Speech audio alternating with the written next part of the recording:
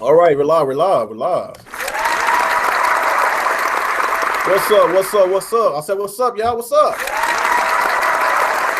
It's your boy, We're Gaming 27, and we are back with another Real Talk with the Real Gamer podcast. And what the fuck? What's up? Oh, shit, my bad. I done fucked up again in my podcast. Hold on. Give me a second. There we go. I forgot to mute that. But like I was saying, carry on. We got some topics to talk about tonight. Got a lot of shit to talk about tonight, man. Lots of shit. A lot of Wii U fanboys are just wild in the game, man. Oh my god, I'm gonna try my best not to say any individuals, but I'm pretty sure a lot of y'all know exactly who we're talking about. So I want to talk about that little issue with they all pissed off because a lot of these games is going to get ported over from the Wii U to the Switch, and it's a really good, legitimate reason why Nintendo decided to do that. So I want to talk about that, talk about them getting all pissed off, little hissy fits.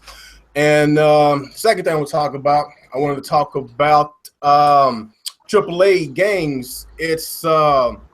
The sales is going down dramatically this year. Besides Call of Duty, not Call of Duty, Battlefield. Battlefield 1 is doing really well, but it seems like everything else is on the downward spiral. And got legitimate reasons why this is going on right now. And the last thing I want to talk about is Phil Spencer. And he's basically hinting that he would love to have a Banjo-Kazooie on the Smash Brothers, and he don't mind having a Mario games on the Xbox console. So we'll talk a little bit about that. If we have time, maybe we can talk about something else. But I want to talk about this little Wii U situation with the ports. A lot of people is actually excited about it, especially the people that didn't even own the Wii U. Lots of people didn't own the Wii U because the Wii only sold 13 million throughout 4 years. That's freaking pathetic. So it makes sense. It makes business sense to use a lot of these really great games and put it over to your successful console. Yes, I'm calling it now. It's going to be a successful console because everybody's praising it now. Everybody loves it. The developers love it. The gaming community love it. Everybody loves it, except the little Nintendo haters. But I feel that Switch is going to be really, really good. It's going to be really, really epic.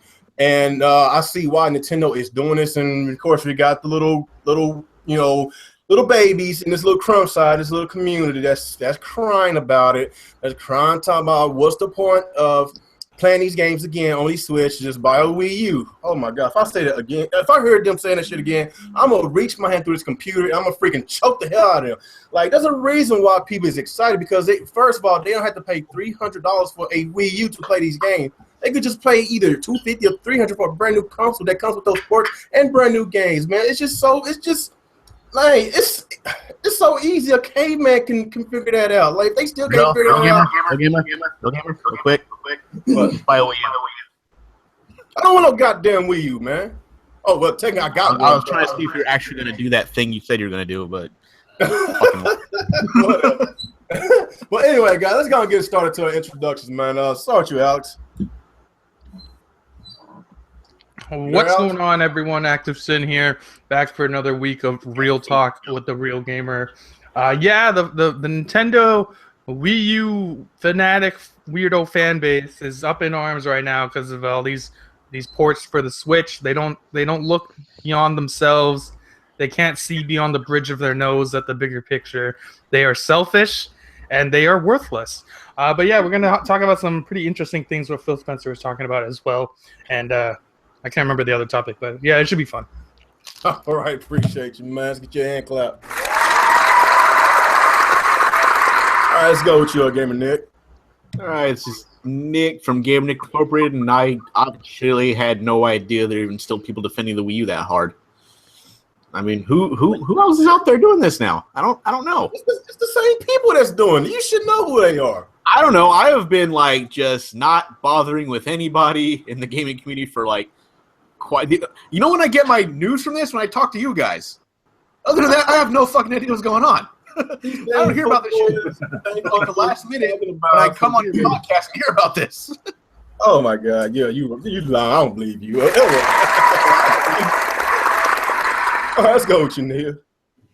What is up, everybody? It's your girl, Nia, the video game her, and I'm sorry, I'm just yawning up a storm today. But My body's used to getting up early. But anyway, so are we just doing intros or are we getting into the topics now? Intros. Oh, well, yeah, me, Nia. Hi, everybody. Yeah, you sound like you're out of it, but appreciate I'm very tired. I'm sorry. Like, it just hit me. That's all good. It's all good. We're gonna wake you up. All right, let's go with you, Dirty. Yo, what's up, YouTube? What's up, people? This is your boy, Dirty. Let's get it started. All right, appreciate you, man. All right, let's go with you, Retro Bro. What's up, YouTube? Retro Bro here. And when Nintendo fanboys get out of hand, sometimes the squad just has to reboot. Oh, nice. Nice.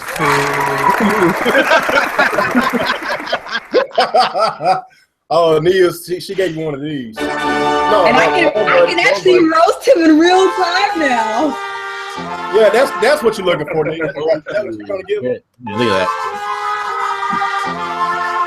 All right. Appreciate you, man.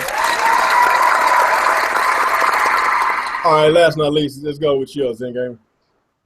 Hey, what's up, people? Back from dead again, and I don't know what it is. Maybe I'm like the freaking Avatar, the Last Airbender or something, because every time there's something with the Nintendo fan base, these dudes find me. So here I am. Yeah. Yeah, like I was saying a while ago, like, you know, with all these rumors that's been leaked, that's for the Nintendo Switch, you know, of course, a lot of these ports is coming over, like Xenoblade Chronicles X, Mario Maker, Splatoon, you know, it's a whole bunch of these really good, popular Wii U games that I'm pretty sure a lot of people that would love to play that didn't own a Wii U. You know, you got to remember, a lot of people refused to buy a Wii U because of the lackluster lineup that they had. You know, so... You know, it makes business sense for Nintendo to port a lot of these games when they fail in console to a successful console. I'm calling it right now. It's having a successful reception. Everybody's loving it. The developers loving it. The gaming industry is loving it. Everybody in this community is loving it. Well, majority of everybody is loving it. So it makes sense to do that. But of course, we got these little, you know, these people from crime side that wants these exclusives to stay exclusive to a failing system. It just does not make sense at all. Like, you know, potentially this Switch can sell probably maybe 10 million in the first year, so why not put Smash Brothers and Mario Kart on that system? That makes a lot of sense, but a lot of these fanboys just want to be fanboys, or what Alex calls them, fanatics. That's what they are. They're fanatics, and they're very selfish about this. That's what bothers me about this. And, you know, the most retarded thing that people say about this, the fact that, like, if you want to play these games, buy a $300 console. The price is still $300, and the system gets no games. The system gets no third-party support. Why do I want to pay $300 for this? It does not make sense. Rumors saying that the Switch could cost $250. So you got a $300 fella console versus a $250 console that get games. So it makes sense to get these games ported over from the Wii U to the Switch. So what is the crying about? A lot of people did not own a Wii U. A lot of people refused to buy a Wii U because it lacked a lot of games. It lacked third-party support. It lacked online features. It lacked a lot of things. And the Switch is supposed to be correcting a lot of this, so it makes sense. So why is people crying about this? Let's start with you, Alex. Yeah, it's. I think a lot of it is just like the people are just they cannot. How can I word this? They cannot understand how someone could want a Wii U game but not want the Wii U. Like, oh, you want to play Mario Kart and Smash Brothers? Go buy a Wii U. No, I don't want a fucking Wii U. It's dead and it sucks. I'll get it on the Switch. But no, let's just say exclusive. Like, for whatever reason, they have it in their mind that if the game leaves the Wii U, I guess their 4 years of parading around the Wii U being the best would no longer be valid. I don't know what it is. It's crazy because these are like the same people that will buy virtual console games over and over again on multiple Nintendo consoles. Yep. But that's the same thing. That's a game from another console moving to a new console. Yet they have no problem with that. But when it comes to the Wii U specifically, when a Wii U game gets announced for the Switch, they're up in arms about it. It's like, guys, you have to understand, the Wii U was a massive, colossal failure in every single aspect. It was the worst-selling console Nintendo's ever made outside of the Virtual Boy. So of course Nintendo's going to want to put these games on the Switch. This is the first time Nintendo's done HD gaming. You know how much more money they've been investing into their games this time around compared to their former games? more money is going into these games, and they're not getting the money back because no one bought that Wii U. And of course they're going to take the multiplayer games like Mario Kart and Smash Brothers and Splatoon because they can continue to add content and keep those online gaming alive until the new versions of those games come out. It just makes sense. Nobody's going to run out and buy a Switch and then be like, oh, but I'm gonna keep playing my Wii U. Like, get the fuck out of here. Like, obviously, it makes sense for them to put those heavy hitter games over. I'm honestly surprised that Xenoblade's getting moved over, because that game, although I love that game, that is not a console selling game, and that was not one of their big hitting games. So I was shocked when I saw that one. It's awesome though. Anyone who didn't play that, if you get a Switch, I think you should get Xenoblade, because Xenoblade, it kicks so much ass. Yes. Yeah, Mario Kart, Smash Brothers, those are console selling games, unless the console's the Wii U, because the tablet, it was just a bad idea. Again, then Nintendo didn't utilize it well. But with the Switch, people understand the Switch. People actually know the Switch is a new console. People want the Switch. These are three things Nintendo did not have with the Wii U. And to put the best-selling games on the Wii U over to the Switch, it makes sense. And it's not like you're getting the exact same game. You're getting enhanced versions of the games. Mario Kart has new tracks, new characters, and it looks like you get 2 weapons instead of 1 weapon. And then Splatoon has new maps and new skins and stuff like that. So I think it's worth it. I think it's a good idea. They could have easily cheaped out like all the third parties do and just straight port a game and not even do anything. Like they're actually putting effort into these games, and yet these fucking weirdos are crying about it.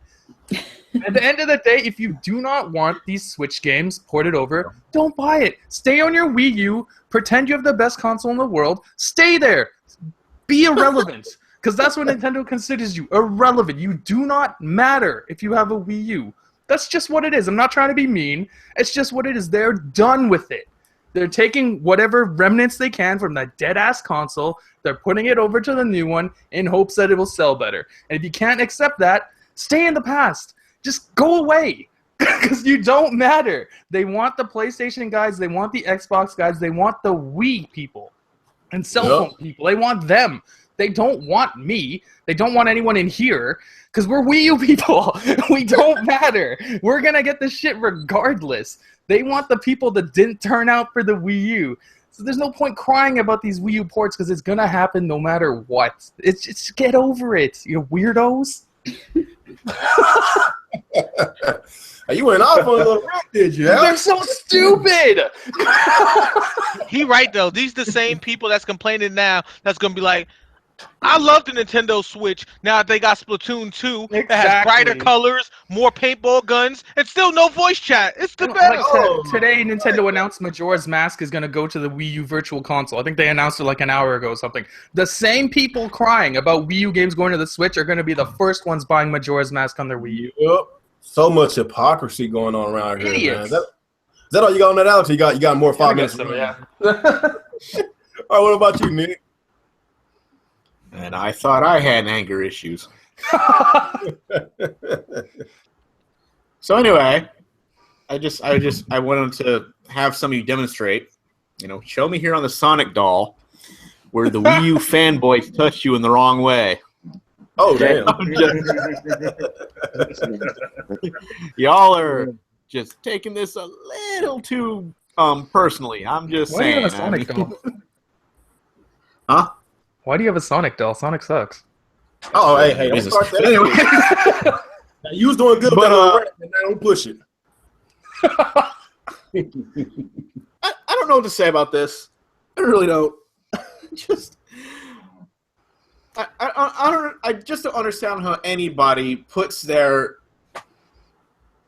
emotions and tie it to any type of console. I mean, whether it be the Wii U, the PS3, PS4, Xbox, or whatever. I never understood this. I mean, I get being a fan of something, and you want to kind of say nice things about it, but, like, if it doesn't... There's plenty of things that I was a fan of, and it failed miserably, but I enjoyed it while it lasted. And that's how I see the Wii U. It's like, hey, I liked it. A lot of people don't. The Wii U's a summer romance. Yeah, I enjoy it while it lasted. It gave me what I needed when I needed it. That sounds so weird, but it's just that like I said, I said this a while back. There's a lot of games, new types of games that I played back on the Wii, and I'm ignoring all the shovelware and stuff like that. I'm talking. There's a couple of games that I liked on that system that I thought would get more sequels or they continue that franchise on the Wii U. So I was expecting that kind of stuff on the Wii U, and it never came. So that's why I was. Exactly. Like, where's my... Like, I'm glad I got my Xenoblade sequel, so that's good. Where the hell's my Last Story sequel? Because I was really hoping that would happen. I want a Last Story sequel so bad. That kind of stuff. Yeah, I mean, that's something I was kind of hoping they continue. There's a couple of different games, like, that I liked on the Wii, but, you know, that genre just didn't carry over to the new one because, like, that's the same generation that games like... It was all about the sports games and the AAA title. That's when and that's all anybody ever wants now. And it's just like, so unfortunately, because of that, the Wii U fell short in a lot of ways. Not because, like I said, I didn't give a shit if third party came to it or not. I mean, like, there's third party games that I'm not even buying on other systems because I just hate the fucking company. It has nothing to do with the system it's on. I just can't stand the company. I don't want to. I at least don't want to buy that shit full price. I'll wait till the price drops, so I'll go buy used something like that. But like I said, there's a lot of stuff in the Wii that just didn't come over to the Wii U that I was really hoping for, and that's where it fell short for me. So that's where I got upset. Other than that, for the other games I played, I enjoyed it. Like Wonderful 101. I love that game. That game sold like crap, and I was kind of like, damn, like that's a very good game actually. That's a game that should have like got more love, but I don't know. I guess like what happened was viewers just didn't know how to play the game or some shit like that, or didn't want to bother, so they just gave it back. Everybody's like, "Oh, that game sucks. Then I'm not going to try it." It also didn't help that the demo for the game was terrible. I don't think the demo was that bad, but whatever. Like I said, I tried played it the at the game. store. The demo would like almost turn me off, but I played the game anyways and ended up loving it. But yeah, I love the game. I thought it was great. But other than that, yeah. So. I mean, these people are sitting complaining about how these games are coming to they're going to buy the Switch, and they're going to buy these fucking games. I don't know. I don't see what the problem is. I really don't. I might, depending on what it is, I don't think I'm going to rebuy some of the games. I mean, I'll probably buy Mario Kart for the new shit, because I think that was DLC they were planning for the Wii U version, but they're like, oh, that's not happening, so let's make this new version. Pretty much. I'm telling you, this is going to be, you know what you're going to get? With these really, you're not going to get you're going to get the fucking complete edition. Yeah, the complete edition of the games. Because it made no sense that they stopped making Mario Kart 8 DLC because it was so successful. They come out with the complete edition or the Game of the Year edition, whatever you want to call it. That's what this is going to be. So you're going to get the complete edition of whatever the hell where they're playing with Mario Kart. You might get a complete edition of Hyrule Warriors. I don't know. It might be something that already came to 3DS though. I don't know. So I don't know. Yeah. But like. I don't know if they have any plans to support Smash Brothers. I hope they do, and if they do, fix the fucking online. Oh my god, the online's terrible for Smash Brothers. That's why they need to fix that shit. I don't understand how Now, I'm not gonna say the online for Mario Kart was perfect, but it was a hell of a lot. It worked. It was a lot better, at least. Smash Bros. Didn't fucking work at all. I don't know how they did that. Splatoon's online's very bad too. I got a lot of disconnections. I think the big thing is that Nintendo has issues with any type of game that has a large amount of inputs. Because I mean, with Mario Kart, for the most part, you're kind of just driving forward, unless you're one of those advanced players that's constantly drifting for the power boost, and you're saving your weapons, so you're not just blasting them a ton of times. But with a game with the game with Splatoon, you're shooting a lot. Smash Brothers, you're putting a lot of inputs, but like even with Pokemon doesn't lack a lot because you don't put in a lot of inputs. Yeah, so it's turn-based. I think anything that does a lot of inputs, they haven't learned how to compensate with it. They're terrible. So yeah, like I said, these people complaining about the ports going to the Wii U, you're gonna fucking buy them. So just stop it. Exactly. Just shut your damn mouth. Stop trying to fucking hustle the Wii U on people. Ain't nobody running out spending $300 on a dead ass console. I like the Wii U. I'm sad it didn't do as good as it should have. I think it should have, but whatever. We're gonna move on. We're gonna live our life. I think we can start calling the Wii U the NS prototype at this point. I looked out the window this morning. World was still stinks and it's trash. So I think it's like the system that could. But I think the problem with the Wii U is even Nintendo didn't know what the hell to do with it. Yep. Yep. That was like At the the end of the day, main they thing. had no idea what the fuck. They didn't even know how to like display it to people. Or give it a They're like- proper name. They're like, what the hell do we do with this thing? I don't know. Let's just pretend it doesn't. Let's just hope for the best, and maybe one day it'll go away and stop hurting us or something like that. I don't know. But yeah, so I think they know exactly what they're doing. It looks like they know what they're doing with Switch. I hope.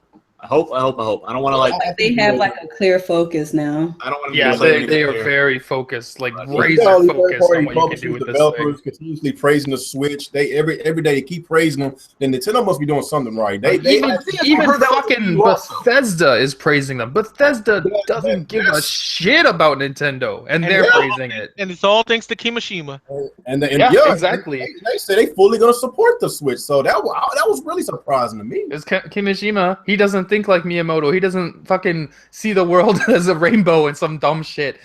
I think the world He was just sitting there. He was just sitting there in his corner. Yeah, Miyamoto's like, I hope he like has nothing to do with the Switch, to be honest. Like, I hope he has nothing to do with any of the games. Maybe Pikmin, but like he killed Star Fox for me. Like they need to just put him in a corner somewhere Color with a coloring Splash. book. The He only actually thing killed that the concerns Wii U me too. about the only thing that concerns me about Pikmin, even though he did a good job with Pikmin 3, like that rumor about how Pikmin 4 might actually not be Pikmin 4, but instead a reboot of Pikmin, that kind of has me worried. He better not find a way to F it up like he did the other ones. Star Fox. Historically, Shigeru, he's a legend, whatever, right? All the accolades. But the man does not know what the word forward means. If he ruins Pikmin like he does, like We've he had did with 3 freaking versions Paper of Mario, Star Fox I'm gonna be Exactly. so mad. Oh, I'm like, he doesn't understand it. Not narratively, not as far as tech is concerned. He doesn't get forward. Like, look forward, my dude. Go. Doesn't understand modern day technology. That's his issue.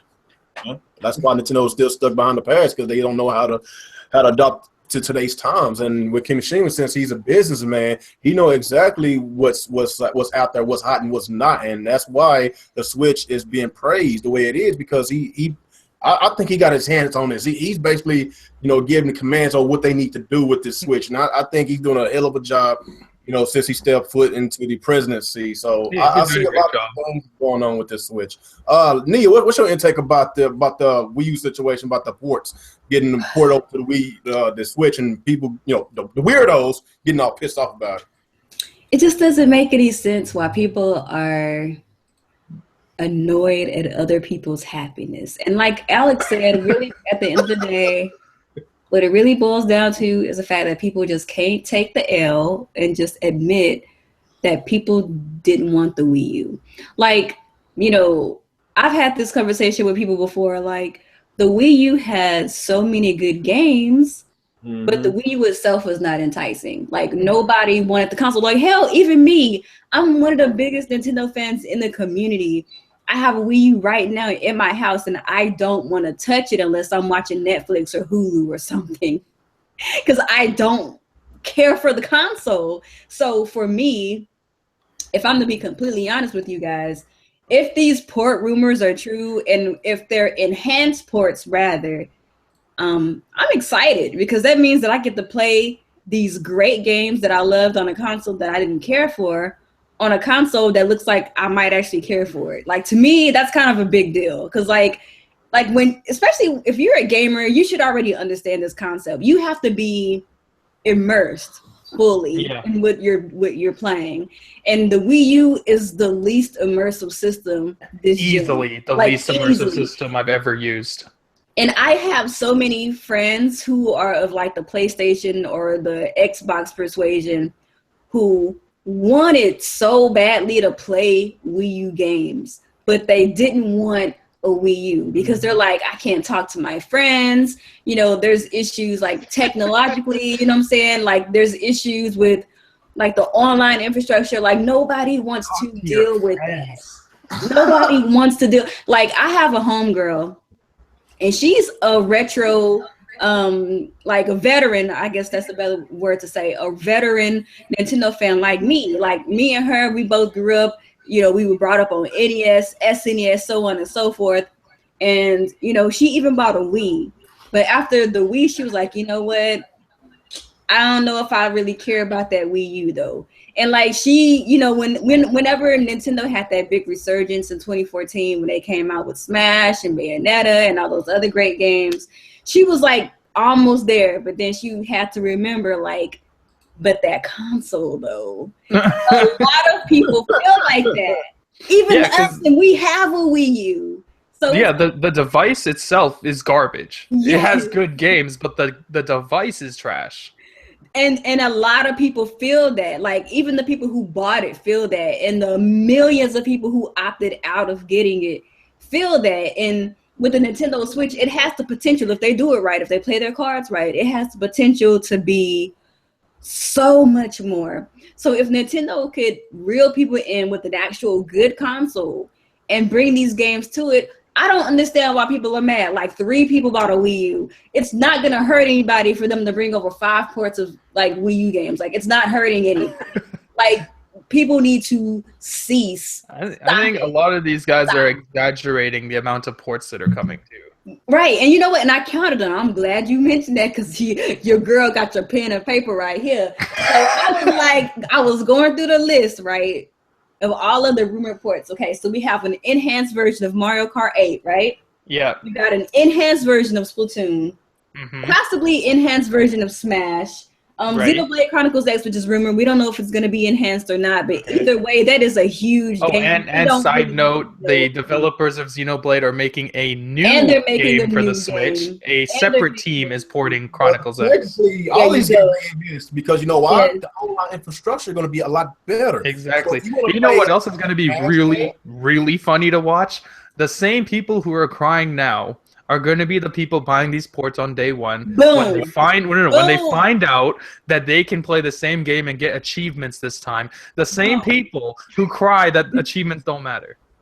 And they will be the ones in line buying the game again to get their little Nintendo stars or whatever the fuck it is. And you better believe that if that Splatoon rumor is true and you have pants and new hairstyles, my boy, you gonna cop it. Oh, but let me finish though. And the last port that is rumored is Mario Maker. So that's 5 games, 3 of which are enhanced ports. Yep. So technically, it's new content for us, the people who have already played it, and it's hella new content for the people who didn't have a Wii U. So why you mad? That's what I'm trying to figure out. Yeah, and it's like I understand people want new games because whenever the Xbox One and the PlayStation 4 came out, people brought up the same argument. They want new games, not remasters. And I feel that wholeheartedly. I swear to goodness I do. But the difference between that situation and this situation is that enough people had a chance to play those games. Those 80 plus million on each console. The Wii U sold what, like 13 million? 14. Yeah. Nobody played those games, bruh. Nobody. Yep. No one. That's why I said they are the minorities. The Wii U owners are just a minority, so Nintendo don't care about them. That's what I'm saying. So it's like, why are you mad? Like, this is giving people an opportunity to play. Like, imagine if the Wii U had a good install base. Like, we thought Splatoon and Smash sold crazy.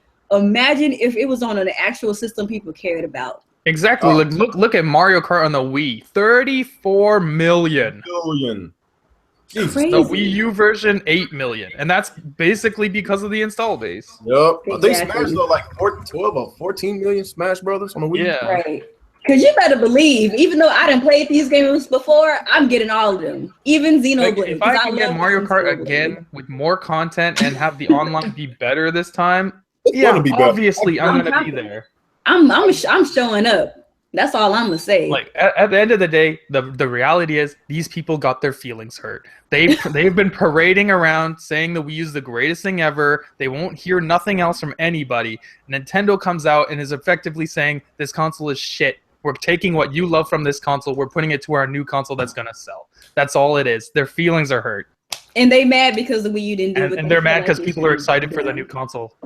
For some reason. It's so crazy. Like, you're a Nintendo fan, right? But you mad that hardcore gamers casual gamers and the other Nintendo gamers are excited about a Nintendo device. How does that make sense as a Nintendo fan? Insanity.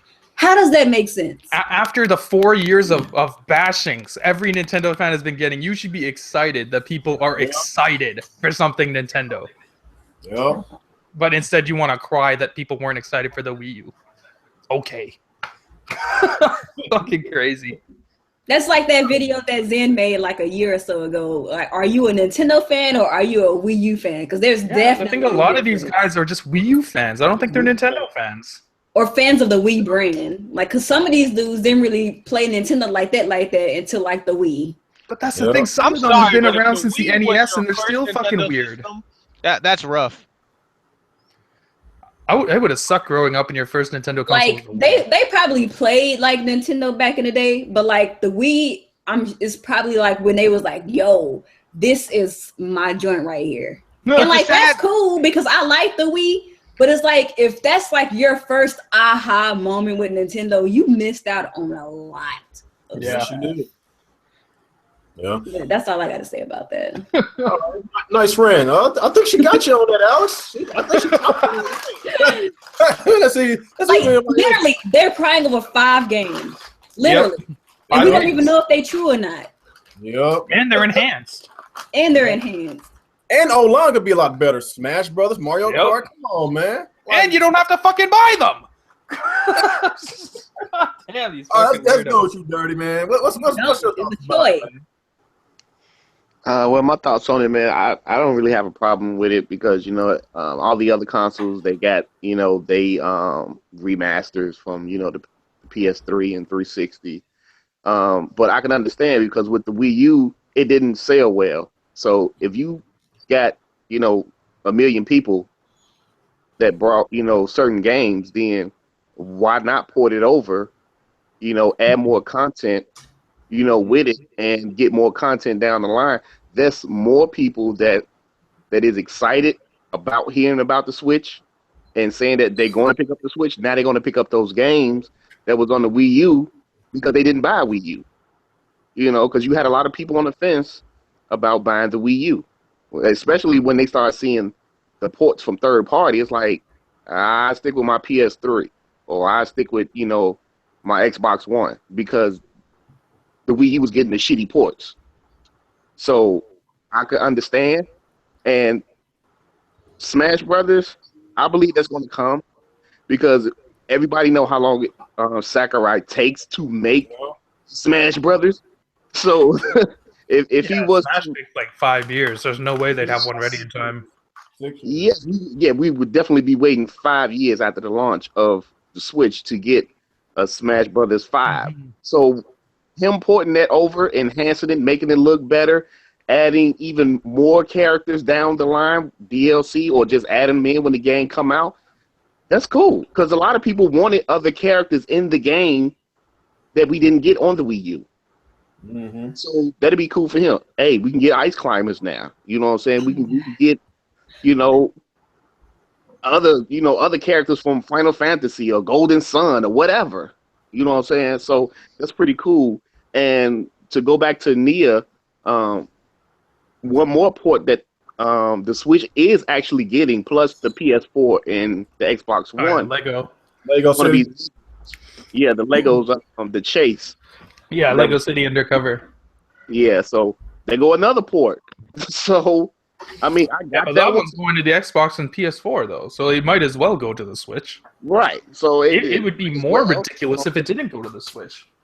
So I put it as, if you don't want the games because you got them on the Wii U, then don't buy it for the Switch. That's all. Boom. It's like certain games, they ported over to the PlayStation 4 and the Xbox One. Guess what? I didn't buy them. They targeted to people who didn't had it on 360. If I didn't want it, guess what? I didn't buy it. Yep.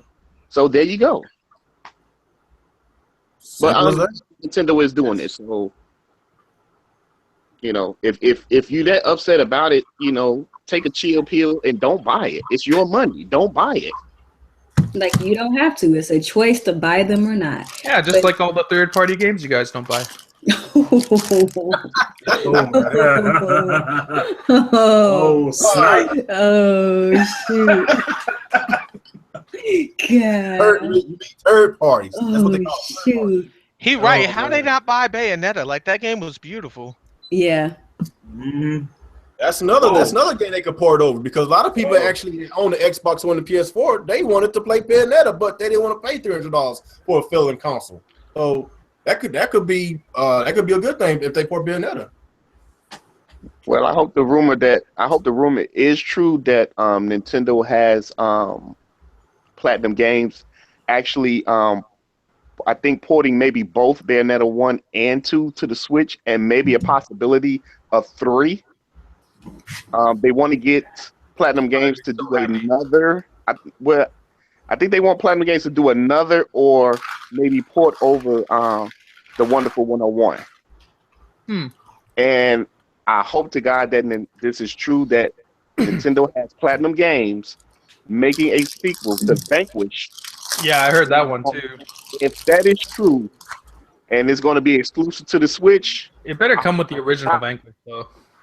like I'm definitely going back to play Vanquish on the 360. So for the Switch to get a remastered version of 1 and 2 shipped together like Bayonetta 1 and 2, that's That'd awesome. be great. I hope That'd be that's awesome. an actual thing that's happening. I would love that.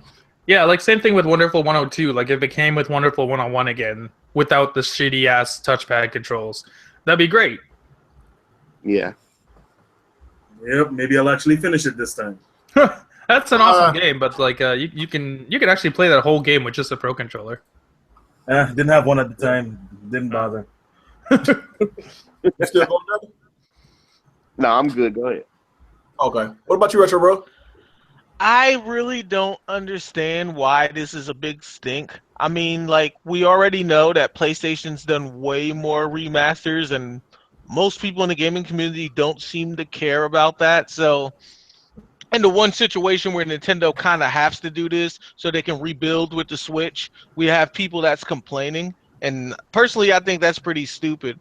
On top of that, I mean, they're only porting the games that a lot of people want, so I don't see the big deal. Like, I wouldn't mind playing Bayonetta 3 again. I would actually play Smash Bros. If, like, the online worked, because right now it stands, unless you're just going to a neighbor's house, you're not going to play that game because the online's complete trash. And then, like, this is an opportunity with Nintendo to actually fix a lot of the issues they had with the Wii brand in general, because the Wii and the Wii U is bad. Like, I don't care what anybody says. I understand financially that the regular Wii was successful, but from a gameplay perspective, like, I hated all of those games. Like, this is the first time I've ever said this about a system, but I literally hated all the games on the Wii. I can't think of one game on the Wii that I liked.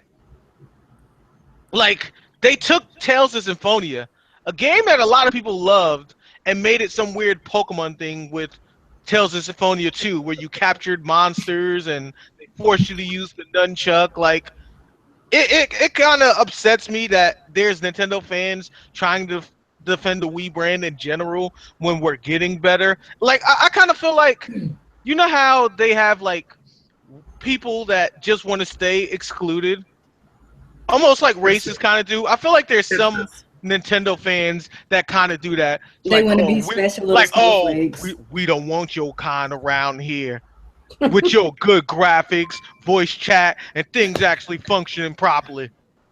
It's true. They want to be special. They want to be special little snowflakes. They're those people that are like, oh, I don't care what, weird and quirky things Nintendo does. Like, I just want them to be crazy. And it's like, I like that part of Nintendo too, but they can't do it to the point where it, like, alienates people. It's like they're hipster Nintendo fans is what it is. It's It like, is. oh, Nintendo is cool, relevant, and doing things properly. I hate them now.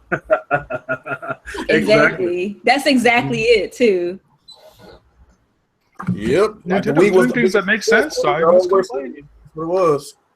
And it makes no sense that they're defending it. Like, I don't understand how long you could be in denial and be cool with it. It's kind of like we were talking off air before we came on, and we're talking about how a lot of the Nintendo community is childish, and even the ones that are our age have that mentality, like they never evolved past high school at all. Yeah. They have a child's mentality a lot of the time. They don't see the big picture. They only see what suits them. They're very selfish. Like it's such a high level of pettiness that it astounds me. Yeah, right? Well, I don't want to play online and talk with people, so nobody else should. They don't actually know what will be best for the business. If they want Nintendo to stay afloat, if they want Nintendo to continuously come out with great software and all that, it's like they want Nintendo to fail. Yeah, that's what I'm saying. It would be a good business move what they're doing right now. Like, they're not Nintendo fans. They're Wii U fans. They could give a crap about what's next after the Wii U. They don't care no more. They think the Wii U is the best thing, the best invention since sliced bread. Like, it doesn't take a rocket scientist to figure this out, man. Like, lots of people did not purchase a Wii U. There's 160 million consoles within the 360. Not even that. We can even just look at Nintendo. Almost 60 million fucking 3DS. Those are Nintendo fans. Exactly. 60 million. That's only like damn near a sixth of the users bought a Wii U. It's over 60 million. That's what Nintendo is trying to do. They're not worried about the Wii U fan base. They trying to get the 3DS fans. They trying to get the Xbox fans. They trying to get the PlayStation fans, even the PC fans, to come and buy the Switch. That's why they trying to get all these different type of games on this Switch, like Skyrim. You know, the games that caters to hardcore gamers. You know, NBA 2K that cater to our sports fans. Of course, you got the Nintendo games, the Pokemon games. That's a lot of games. And Bethesda said they're going to fully support the game. And Bethesda is known for a lot of you know the funniest part, just having Pokemon on the Switch will probably garner more sales than the Wii U total. The funny thing is that's not even probably, that's guaranteed. Yeah, because like has a cult fan base. Combined only sell about 14 million, right? You gotta look at it this way. The people that's complaining about these ports, they're not looking at the fact that these rumors talking about we're gonna get a Pokemon game, a Mario RPG, and a Mario 3D game day one. What is the problem? Because the Wii U launch was not that good. It was the average. Wii U launch, all they had was that fucking 2D Mario game. And Nintendo ran a party. Third-party games. That was it. Like, Nintendo... And that Animal Crossing nonsense. Like, I see a lot of great things. Party game ones. Man, they getting support, a lot more support than the Wii U. And Nintendo's coming with games this time, a lot more games. So I see a lot of good things happening. And these little Wii U weirdos, they just Wii U fans. They're not Nintendo fans. Like, do they feel good about themselves, like supporting a dead ass console? That's like maybe that makes them feel like they're a better person because they're willing to support Nintendo when they're doing badly. Like, I just don't get it. Like, you're happy to support them when they're giving you a shit product, but when they're gonna give you something good, that's gonna like give you more games, and you want to get mad about it. I guess according to those games, we're flip-floppers. We flip-floppers. That's what they call it. But I guess we are talking about the kind of games that are happy with two games a year. These are the kind of people we're talking about right now. 2 games a year that they're satisfied with. 2 games a year. Oh, they lost their damn mind. Oh, man. You still going retro?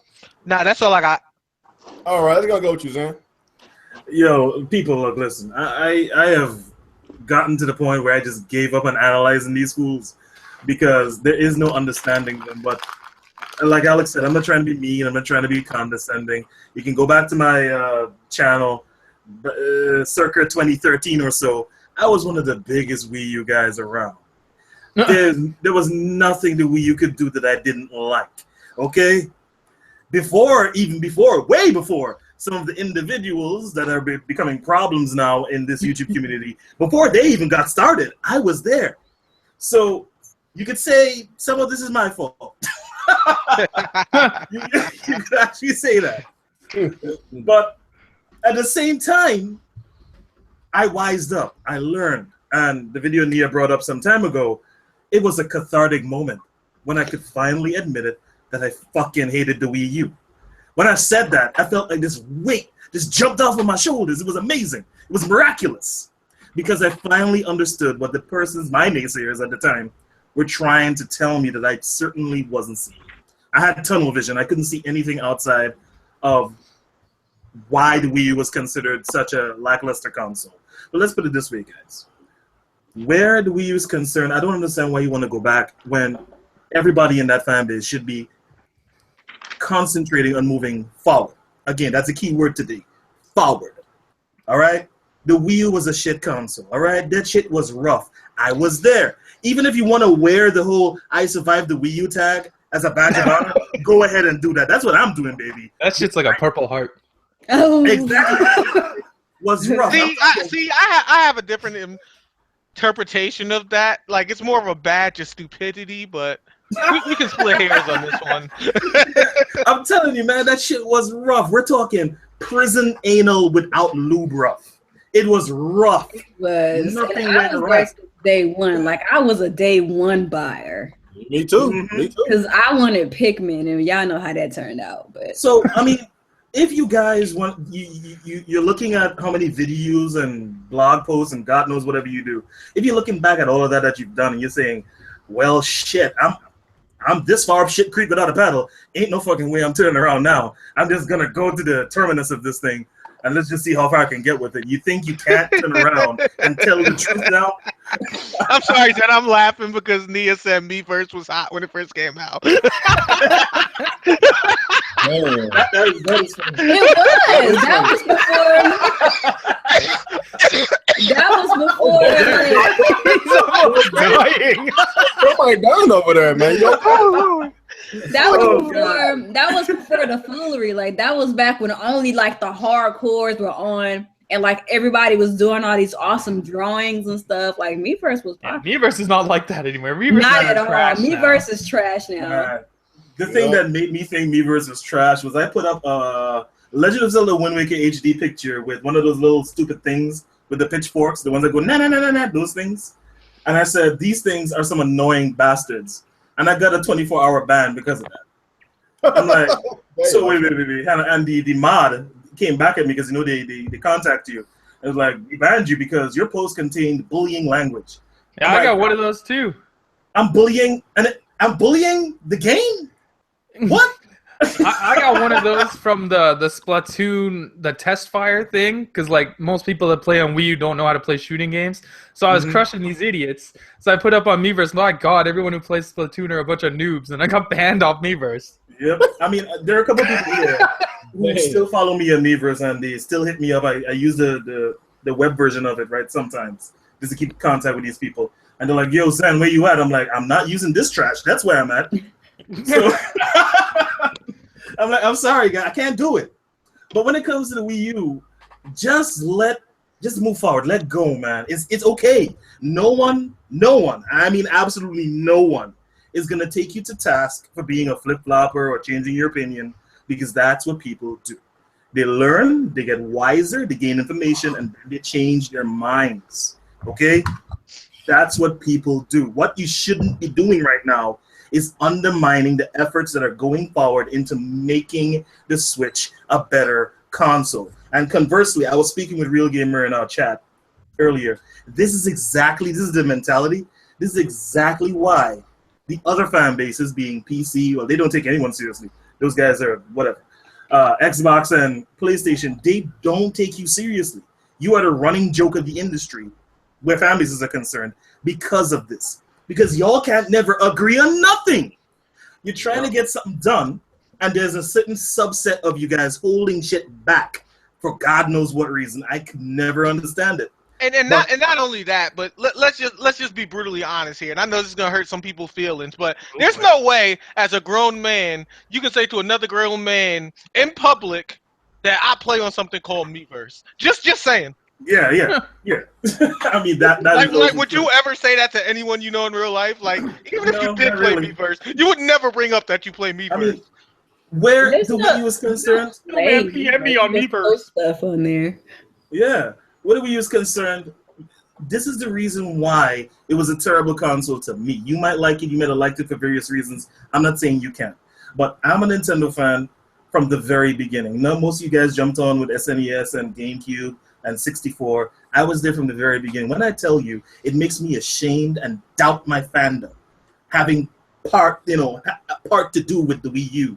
You should know, man. When I dumped that piece of shit, and I decided to put more of my money into like the Xbox franchise and fan base and their ecosystem, and I took a look back, I'm like, holy shit, man. Moving up to the east side, motherfucker. Like, the differences are amazing.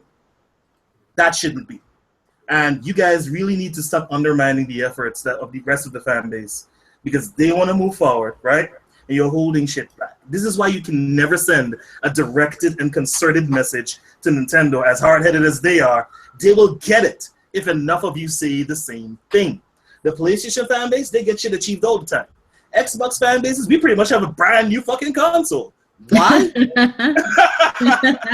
That's so true. Because like when other fan bases want something done, like they stand united. Like the Nintendo fan base is so fragmented.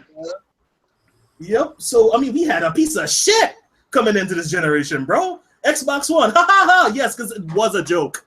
It was a joke. But then, oh yeah, whatever, Alex. But then we fixed it, man. We got through to them. It's possible. It's definitely a lot better than what it was supposed to be. Yeah. I mean, it's absolutely possible. So just get behind the rest of the dudes who are saying, forget about the Wii U, man. It's over. It's done. It was terrible. But let sleeping dogs lie. Let's go forward and make the Switch better. What you should be doing right now is getting together with the dudes who are looking forward to this thing and making sure you have voice chat. Making sure you get, I don't know, something closer to better service. Maybe not dedicated. Maybe that might be a bit much. At this point, if somebody tells you that they don't want voice chat on the Switch, just tell them to go fuck themselves. Like, exactly. At this point, like, they need to just fuck off. And that's why I'm so happy that people are really starting to get excited about the Switch, like outside of the standard Nintendo fandom, because you're gonna have all of these voices coming in and saying things and giving feedback instead of like that little subset. Like, hey, Nintendo, I would actually like to be able to play with my friend that lives across the world. He's not gonna come to my house on an airplane to play video games. The funny thing is, that's how the Nintendo is though. Like, they're super fragile. Like, I don't know if y'all know, but like in Smash Bros and stuff, like they don't really allow them to talk trash anymore. But I remember in the old Melee days, Mango used to talk the most trash, and they used to mess with like professional players' nerves. Like, and they would do bad because they weren't used to people talking trash while playing. And it's supposed to be competitive. Like, that takes the fun out of it. How you gonna be competitive and not talk trash when you dominating your opponent? Yeah, because like one of the best parts about playing couch co-op is talking shit to your friend while he's right beside you. Exactly. Right? Yeah.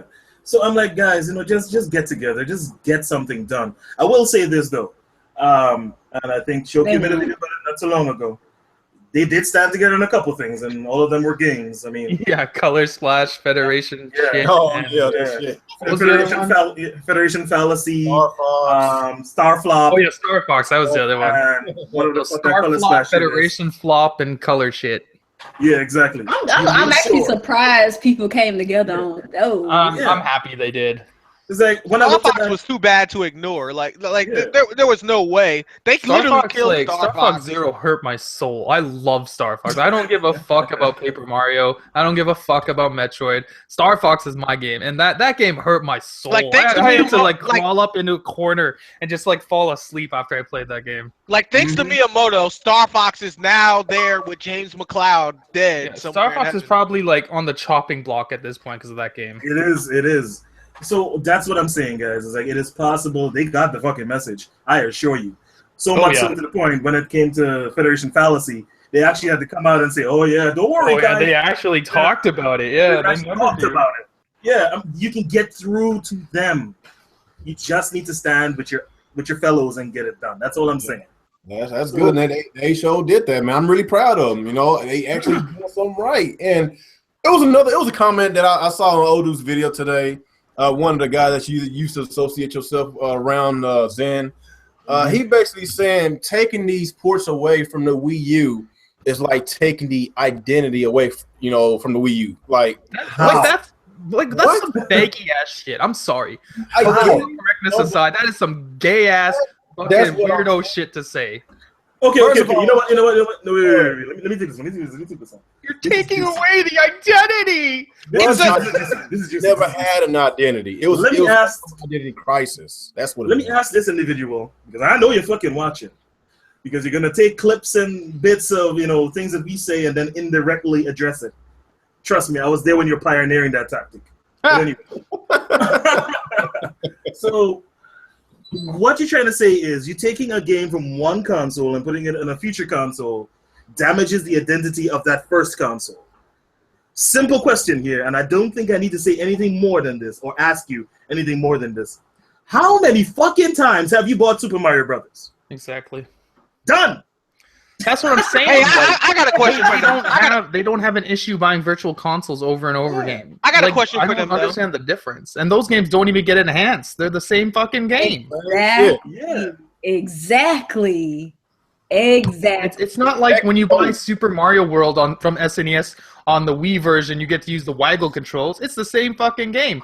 When you buy it on the Wii U, it's not magically in HD and you get touch controls. It's the same fucking game. Yeah. Exactly. So I'm like, That's why I got Nintendo.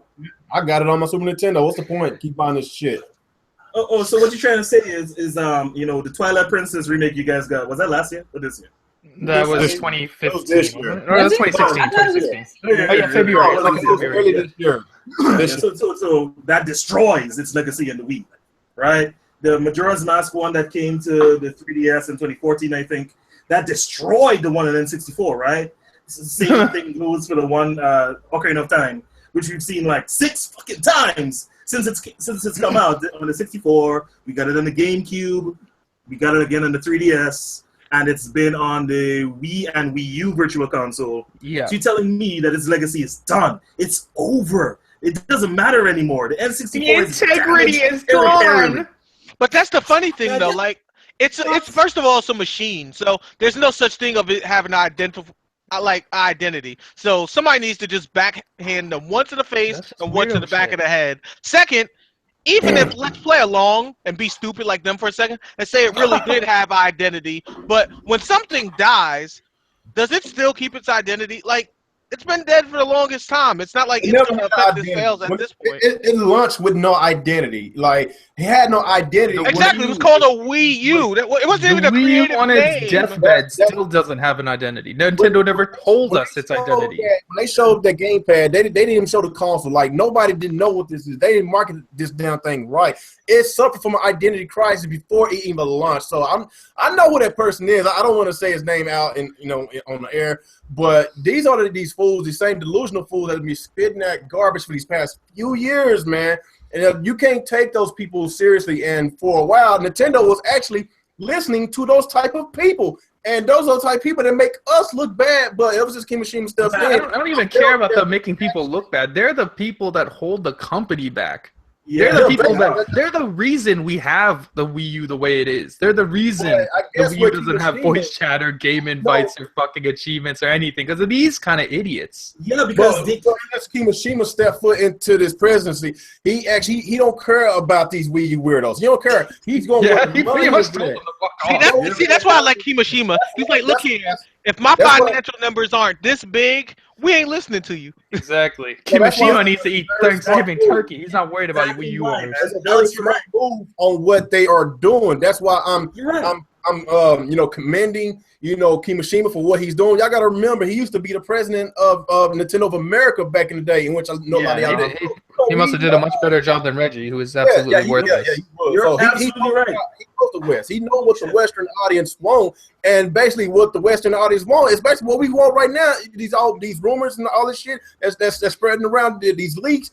These are the games that we actually want. So Kimishima, he's actually doing a good job. It's been about a year since he been the president for Nintendo, and he's actually doing a good job. I know for a while they've been silent. Nintendo wasn't talking about nothing because that's just how Nintendo is. They never talk about shit. They always been silent. But these past few weeks, we getting all these boom, boom, boom, boom leaks, all these leaks.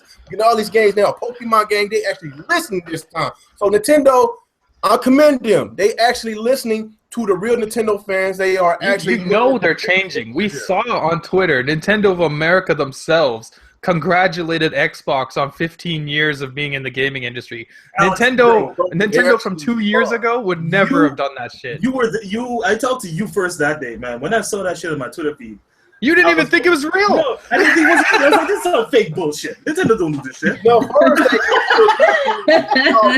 before that, they gave Phil Spencer an NES Mini before they congratulated him. Yeah. They gave Phil Spencer a Mini and then said, good luck, everybody else. Well, here's what you got to remember. Nintendo's been in the game long enough to see multiple companies die, not just Sega. Then you also got to remember that as far as Nintendo stands, them and Sony hate each other, so of course they weren't going to say it to Sony. They're never going to say anything nice about Sony, nor should they. Sony's terrible. But they have no reason to have like a beef with Xbox, so I can understand that. And Phil Spencer's awesome. Technically, So remember, technically, they got a partnership going on with the Minecraft. Remember that?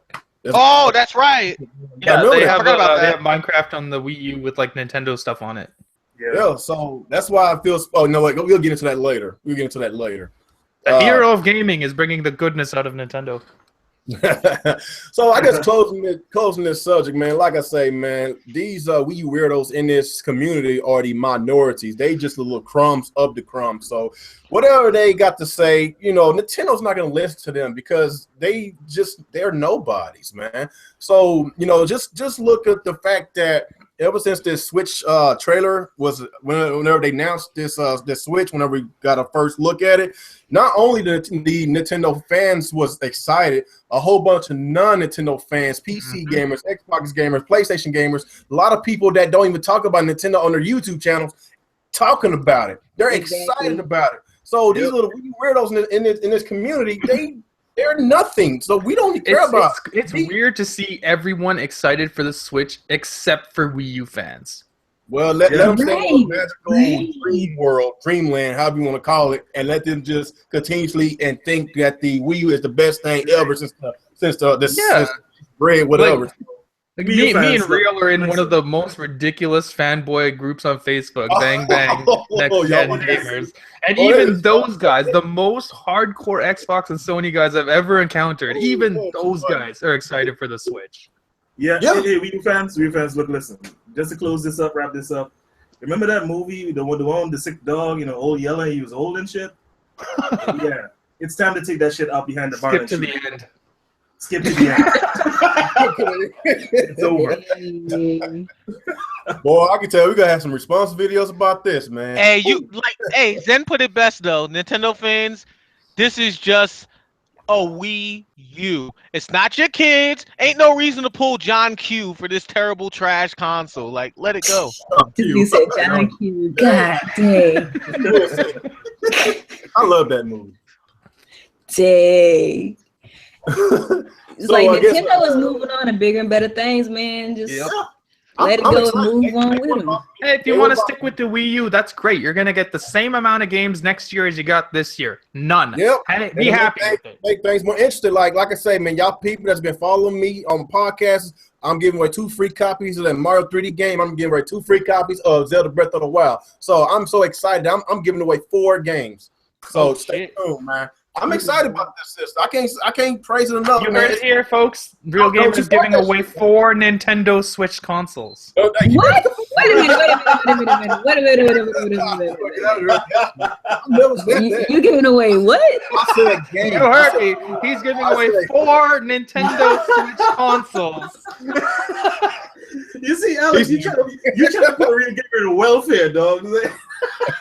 No, don't listen to Alex. Don't listen to Alex. He don't know what the hell he's talking about. He's going to give a Switch to everybody in the comment section. Token of appreciation that y'all been, I guess, supporting the podcast. But like I say, by the time these dudes are done with you, man, bread is going to be special. Anybody say anything to add before we get to the next topic? Well, do we get free Switches? For that's what I'm trying to figure out. Like, I think you kind of owe us. Anyway, okay, I shouldn't. Okay, let's go and get to the next topic. Okay, if y'all are a fan of AAA games, if y'all are a fan of shooters and all these games that's coming out, the Mafia 3s, you got the Watch Dogs 2 and Titanfalls and Battlefield and Call of Duty, Gears, like a whole bunch of these big name titles that's coming out within weeks or a few days apart from each other these past few weeks, man. It's just been it's been a crazy month and a half of gaming. If you're a hardcore gamer, if you played all these games, and I want to know how your bank account is, man. If you can afford all these games, man, I want to hang out with you. I want to hang out with you, man. Like, damn, you got some money. Like, it's a whole bunch of games that came out within a few days from each other, man. Like you got the Battlefield 1 came out first. Like a few days later, you got Titanfall. A few days later, you got Call of Duty: Infinite Warfare. Some got to give. Not everybody could play all these shooters, man. There's just too many damn shooters. Of course, you got the Call of Duty fan base, you got the Battlefield fan base. Those are juggernaut franchises. It's kind of hard to get these hardcore fans of those two franchises to come along and stop what they're doing on their beloved franchise and go on a new franchise as Titanfall.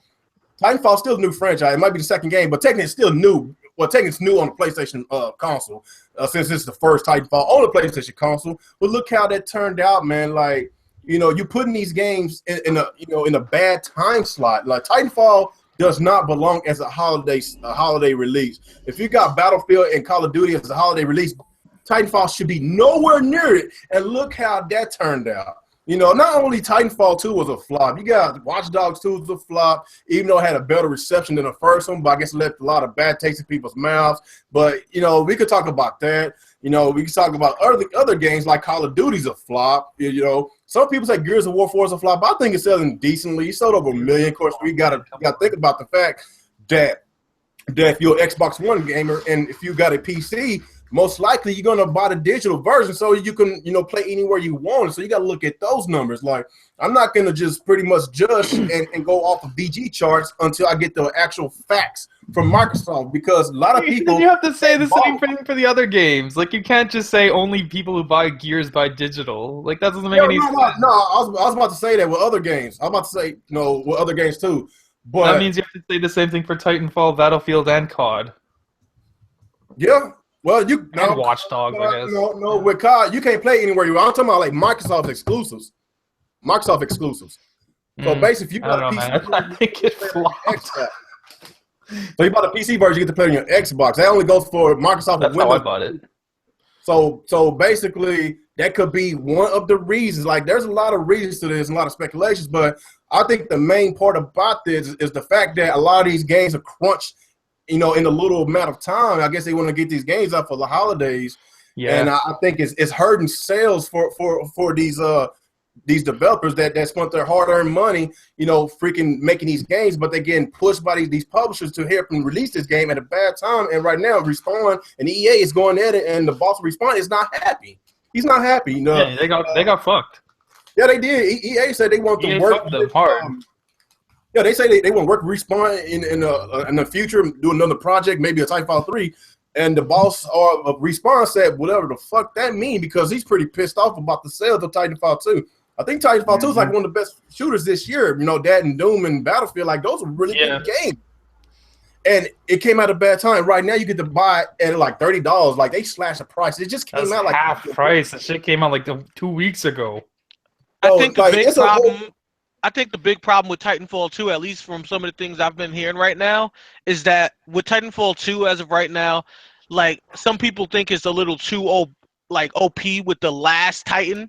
Think that thing is too broken. And then the other thing I've heard is, as far as PC goes, it's really broken. So, of course, you got that large amount of the community pretty frustrated with that. I guess from my experience with Titanfall, wait, Titanfall is broken on PC? Yeah, I heard the PC version of Titanfall was good, but COD I heard it was pretty broken. Since when? Since first release, like Ethos and the Black Okage, and then we're talking about it on their podcast. What was wrong with it? I guess from my experience on the Xbox One, I had no issues. They were saying that there was a lot of frame rate issues and stuff with it when it first came out. You know what? I did experience a little bit of that. Like, it might have been patched now, but when it first came out, that was an issue. Yeah, I know. I don't think that was on console. On PC. I know what you're saying, but you got to remember, from a PC gamer's perspective, if something is broken, we complain right away. Because I had 2K17 excited to play it, and day one, when I saw how broken it was, I got a refund back immediately. So for that crowd, that's how we are. Yeah, I experienced those problems too. So, but it might have also been my card, because that was back when I had my old card. So I had no issue, you know. Before you joined Team 1080 Ultra, boys. But guess what? Windows 10 don't want to work. Windows 10 is the devil. It needs to be Windows 10. Oh my God! I should have kept 8.1. It needs to be prayed over. Like, no technology can fix that. It needs to be prayed over. Windows 10 is the devil. You just gotta turn off all the shit that Microsoft spies on you. You gotta turn all that shit off. That's all. Well, like Cortana? Huh? Cortana? No, there's like all these Go on YouTube. You can search. There's like these settings you can go into your Windows and turn off all this shit that Microsoft uses to spy on you. I don't know, but I haven't had a good experience with Windows 10 yet. Like 8.1, I had no problems.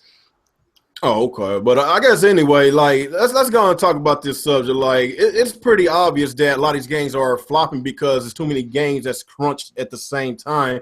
And Titanfall 2 has no business right by COD and Battlefield. Of course, like I said, you got Watch Dogs 2's flopping. Other games are flopping. Gear's not making as much sales as the previous entry. But like I say, I still think a lot of people bought it digitally. Alex, you say you bought it digitally. Zen Gamer, you say you bought it digitally. A lot of people have bought it digitally because they get to play it on their PC and their Xbox One. So what you think about? I wanted to see the difference between the Xbox version and the PC version. The PC version is infinitely better. So that's where probably a lot of sales that went. You know, people don't track down digital; they track down the physical copy. Whenever they give us the NPD numbers every month, it's all physical, not digital copies. Kind of like how a Halo 5 came out last year. People keep on thinking Halo 5 flopped, but it sold 5 million Halo 5s before the end of 2015. And according to BG Charts, it still said it sold like around 4.2 or 3. So Halo 5 is well past 5 or 6, maybe 7 million. We don't know. They still haven't gave us the official number of the total sales of Halo 5. So it could be the same thing with Gears. I'll put it this way: if they're not bragging about it, it wasn't good. Yeah, probably not. Yeah, so, but I think that they haven't said a word about Gears. That's not a good sign. Yeah, I think they need to stop trying to worry about files so much, man. Like it's so much free room during the summertime, and it's like y'all don't use that. Like, why not? That's why Arkham Knight did so well that year when it came out in summer because they had no competition. Yeah. So what you think about all this, Alex? Do you think there's too many games crunched up at the same time? Too many games, man. The games are more expensive now than they've been in a long time. They're too crunched together. 3 AAA high-quality shooters a week apart of each other. That's fucking crazy. And each of them have like season passes and microtransactions and all this shit. Most people are just going to buy one now. Mm-hmm. It's too expensive. They need to spread this shit out. You don't have to have all your games. Because it's crazy. Because in like January, there's maybe a couple games. Then till June, maybe you get 1 or 2 games in between then. And then everything comes at you in August to November. That's too much. There's a huge break in between that nobody's taking advantage of. I don't understand why they do that. Sony is actually smart in this respect. They put a lot of their first-party titles in the first half of the year, like Uncharted 4 and Ratchet & Clank and Street Fighter. That was on the first half of the year, and those did really well because they didn't really have that much competition, except for Street Fighter. That bombed because it was I was about to correct you on that. Yeah, that was just a terrible game in general. There was no saving it. The second Sony got involved with that game, it was doomed. But Ratchet & Clank did really well. Uncharted 4 did extremely well. No competition. I think Microsoft is very bad at this. They had no games in the first half of the year other than Quantum Break. And then in the second half of the year, they kind of put everything else when the big third-party games are coming, and they're getting like lost in the shuffle. They need to sort that out. They need to put their games in the first half of the year like Sony. By the way, I'd like to make a quick note. Due to the performance of Street Fighter and what has happened with this current election, I think we can now officially say that Street Fighter 5 was the Hillary Clinton of the gaming community. Oh, damn. Ouch. Wow. And are you trying to say Pokken Tournament was the Bernie Sanders that got fucked because it was on the Wii U? Yeah, pretty much. Street Fighter 5 is Hillary Clinton and Pokken Tournament is Bernie. What game is Trump? No Man's Sky. Smash. Oh. It won because it was bad, but it got everybody's money. Oh, wow. Yep, Wow. Holy shit, that actually fits. That is probably the best analogy I have Thank heard. you, sir. Thank you. Out of all this. You still going, Alex? Huh? You still going? Oh, I kind of forgot what we were talking about. Talking about all the AAA games flopping, during this time. Yeah, I think a lot of it is people are tired. Like they're tired of getting just completely squeezed out of every dime they have. Like it's gotten ridiculous this generation. Not every game needs to be a full price game and then have microtransactions and then have season passes. People can't keep up anymore. And I think they're just starting to get fed up with it. And you're seeing it. A lot of big AAA third-party games have been selling worse this time around compared to stuff like last year. Because I think people are finally opening their eyes to the giant dick in their ass that's been up there from these companies. And they're finally like, it's getting to a point that Ubisoft even said they're done with season pass because they saw the flop of Assassin's Creed. Ubisoft said they're no longer going to put stuff into the season passes that actually affects gameplay. It's going to be like cosmetic stuff because they don't want people to have a bad experience with the mainline game. And they shouldn't be forcing people to buy season passes. So I'm actually like impressed by Ubisoft. They have to do that because people spoke with their wallets with the last Assassin's Creed. It didn't sell very well. Yeah, Syndicate sold terribly. Didn't sell very well. There's a reason why they're doing this because people are they fed up with it. Look at Call of Duty Infinite Warfare. People are fed up with it, man. Why do you think GameStop is practically getting it away for $1? I think you like trade in any recent game and you get Call of Duty for I could trade in Titanfall or Battlefield 1 right now and get Call of Duty for $1. Man, fuck that. Fuck Call of Duty. I'm gonna stick with my Titanfall. I played the Call of Duty, Battlefield 1, and Titanfall 2 campaigns, and like by far, Titanfall 2's campaign is the best one. Yeah, that's what I think. I still love Battlefield. Fun. But the Titanfall is good too, but Titanfall 2's campaign is like it's really good.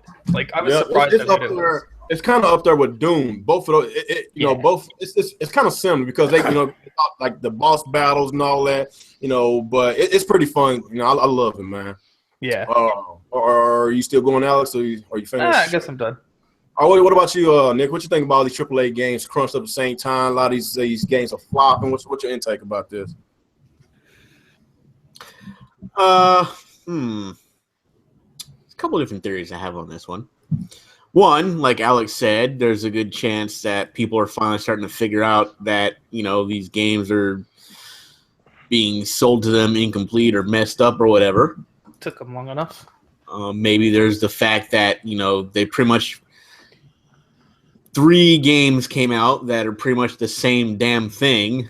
And 2 of them by EA, by the way. He's like, oh, hey, who the fuck at EA said, hey, let's take our one big franchise and put it right beside our other big franchise, or hope to be. I don't know. I think that was a good idea. They cannibalized themselves on that one. Yeah, they did. Of course, people are going to buy, Battlefield over anything else because Battlefield people like better.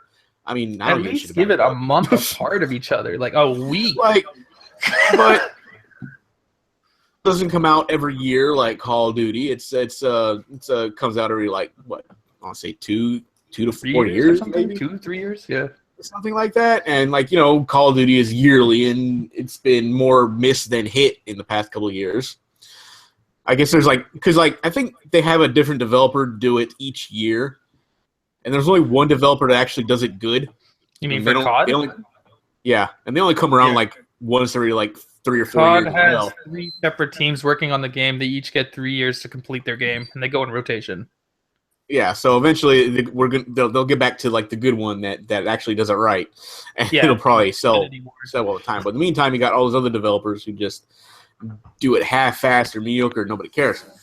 But yeah, so they had both games come out for at the same time, and that probably didn't help. Or maybe it's just that another way look at it is maybe the sales numbers didn't change, but there's a big gap between how many people actually own the system and how many people actually buy the games. I mean, look at PS4. That thing is 40 million now? But the average game sells about maybe 3 million at the highest? There might be some of the ones that kind of pass that, but when we look at it, there's a huge gap there. Mm-hmm. And even if different people buy different games, some game in there should be the one that gets the most sales, like Uncharted for instance. I mean, it's just everybody's oh, the PS4 Sony brought 40 million gamers new. It's no, they didn't bring anybody. They there's at least I want to say 36 million gamers who bought this thing because why? Netflix. Well, they only have Because like they're- 20 million PSN users. That's like half the install base. Yeah, what the hell are they doing with the PS4s? That's because everyone uses Netflix. That's what it is. I think it's What are the other you half don't have doing? to have. What are these 20 million people doing with their PS4s? That's what don't I have don't, to don't have- understand. They bought it based on the hype. PS4 had a whole bunch of hype at launch, and after that, people just didn't give a damn no more. They You used only it need for the PS. You only need PS Plus to play games online. All the other Yeah. features like Netflix and stuff, there's no paywall guarding that. Think You can about it. watch- I'm gonna break it down for y'all. For all y'all, this is based on idiot logic, so it's not gonna make much sense. But this is the logic to stupid people. It's like, okay, I enjoy being on Netflix and watching a lot of movies, and even though I have a laptop or a PC at home, I'd rather not be on it, and I prefer to be on a screen that's bigger than that. So I'm gonna get a console because that allows me to be on a bigger screen. Because I don't understand that I can just do that same thing with my computer to a USB cable to a television. It sounds a lot simpler for me to just buy a console. On top of that, I do like There's some cheaper- video games, so I'll buy like NBA 2K to play all year, so I can be with the rest of the coons, and I'll watch Netflix. Oh god. But like, as far as the whole Netflix thing goes, you can buy cheaper and smaller devices that you Yeah, can like a just Pro. plug right into your TV and get like all that shit you don't need a console for. I mean, these things are like USB size. You plug it into the HDMI port of your TV. All you need is Wi-Fi, and there you go. You get all the good stuff like Netflix or Hulu, whatever the fuck you bought your console for, and now you bought something for like 10 Well, times a cheaper. lot of the TVs actually have that built in now. And some TVs have it built in. I have a TV built in, but it's kind of old now, so I don't think you can really keep up with the updates. So, I'll watch that shit on my Xbox and stuff, but at the same time, it's like, yeah, there's no reason to buy the console even if you're just playing Netflix or whatever, because you can get that on anything now. You can Netflix on your fucking phone, which you can Netflix also is connect to everywhere. your TV.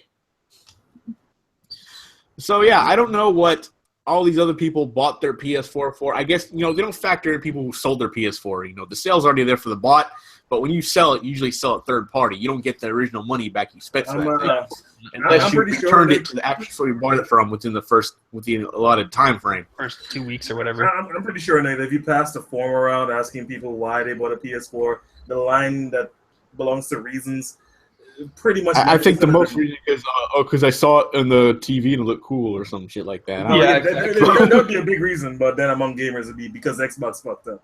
I know on college, there's I know gotta on be- college yeah. campuses, the popular reason I've heard at a few of the schools I've been to has been Call of Duty. Oh, and because greatness awaits. Right. Oh yeah. Yeah, still waiting. Still going there? for a while. So Still going yeah, there? they got the Pro and they're still not even there. The Pro came out before greatness. And that pro seems so underwhelming. I was so shocked to see all these news outlets like talking down about the pro. They don't Like, really offer even much. they can't hide how underwhelming it is. Honestly, I think a lot of people want to buy this Pro because they thinking that you get a better graphical fidelity, and you don't. All you get is better resolution. You get better resolution. That's it. You You get don't better I'm not technology. gonna- They think that these games can look more realistic, but that's not the case. Look at these side-by-side comparisons. Like, you can't really tell on most part. It's like, what's the Well, point of if you have a 4K TV, you obviously will tell the difference. But you're going from 1080p medium settings to 4K medium settings. It's just No, a I'm not talking resolution about the bump, but like the resolution. textures are the I'm talking same. about graphics. People want to buy this because of graphics. No, you're not getting a Pro for better graphics. You're getting it for better resolution. That's why people got to understand the difference between graphics and resolution. And you sure as hell aren't getting it for better frame rates. Hey, all I'm saying is, I'm not here to poo-poo on the Pro or anything. It is underwhelming though, but Oh, I'm a Sony, straight you piss on it. It's trash. if- It is trash. Like, let's If be you honest. think about it, Release. Sony loves to brag about sales. It's been out for like 2 or 3 weeks. We still haven't heard a Yeah. word from Sony. What's going on with the Pro? Is it not selling? if you're gonna release a a premium system, you should take the time to make sure it's a little bit. You more should premium. make it a damn premium. It's a half premium Yeah. because all they did was improve the graphics card. They didn't improve the processor. Well, see, that's what people forget. They forget that Sony does not follow Webster's dictionary like everyone else in the world. They have their own definitions for things.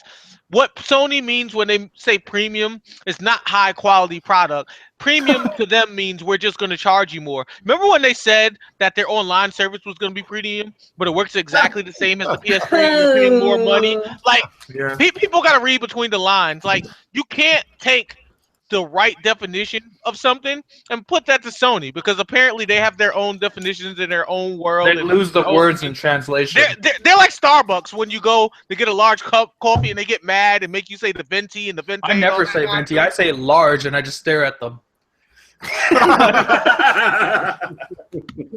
I refuse. I won't say their hipster nonsense. You tell them to write Trump on your cup too.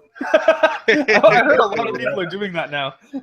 All right, let's move on. What about you, Nee? What you think about this situation? We kind of got off topic about third parties.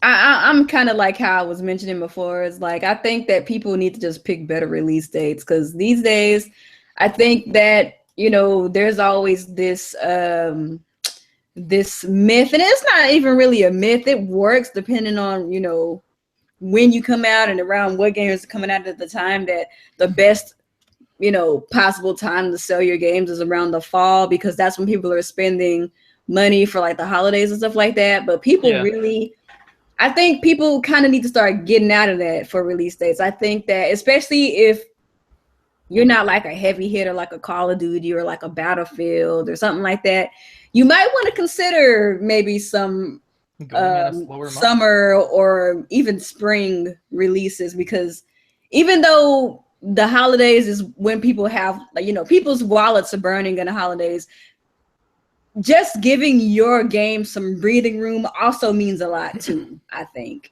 Yeah. I think if you're a smaller game, having breathing room is better than being in a saturated area like holiday season.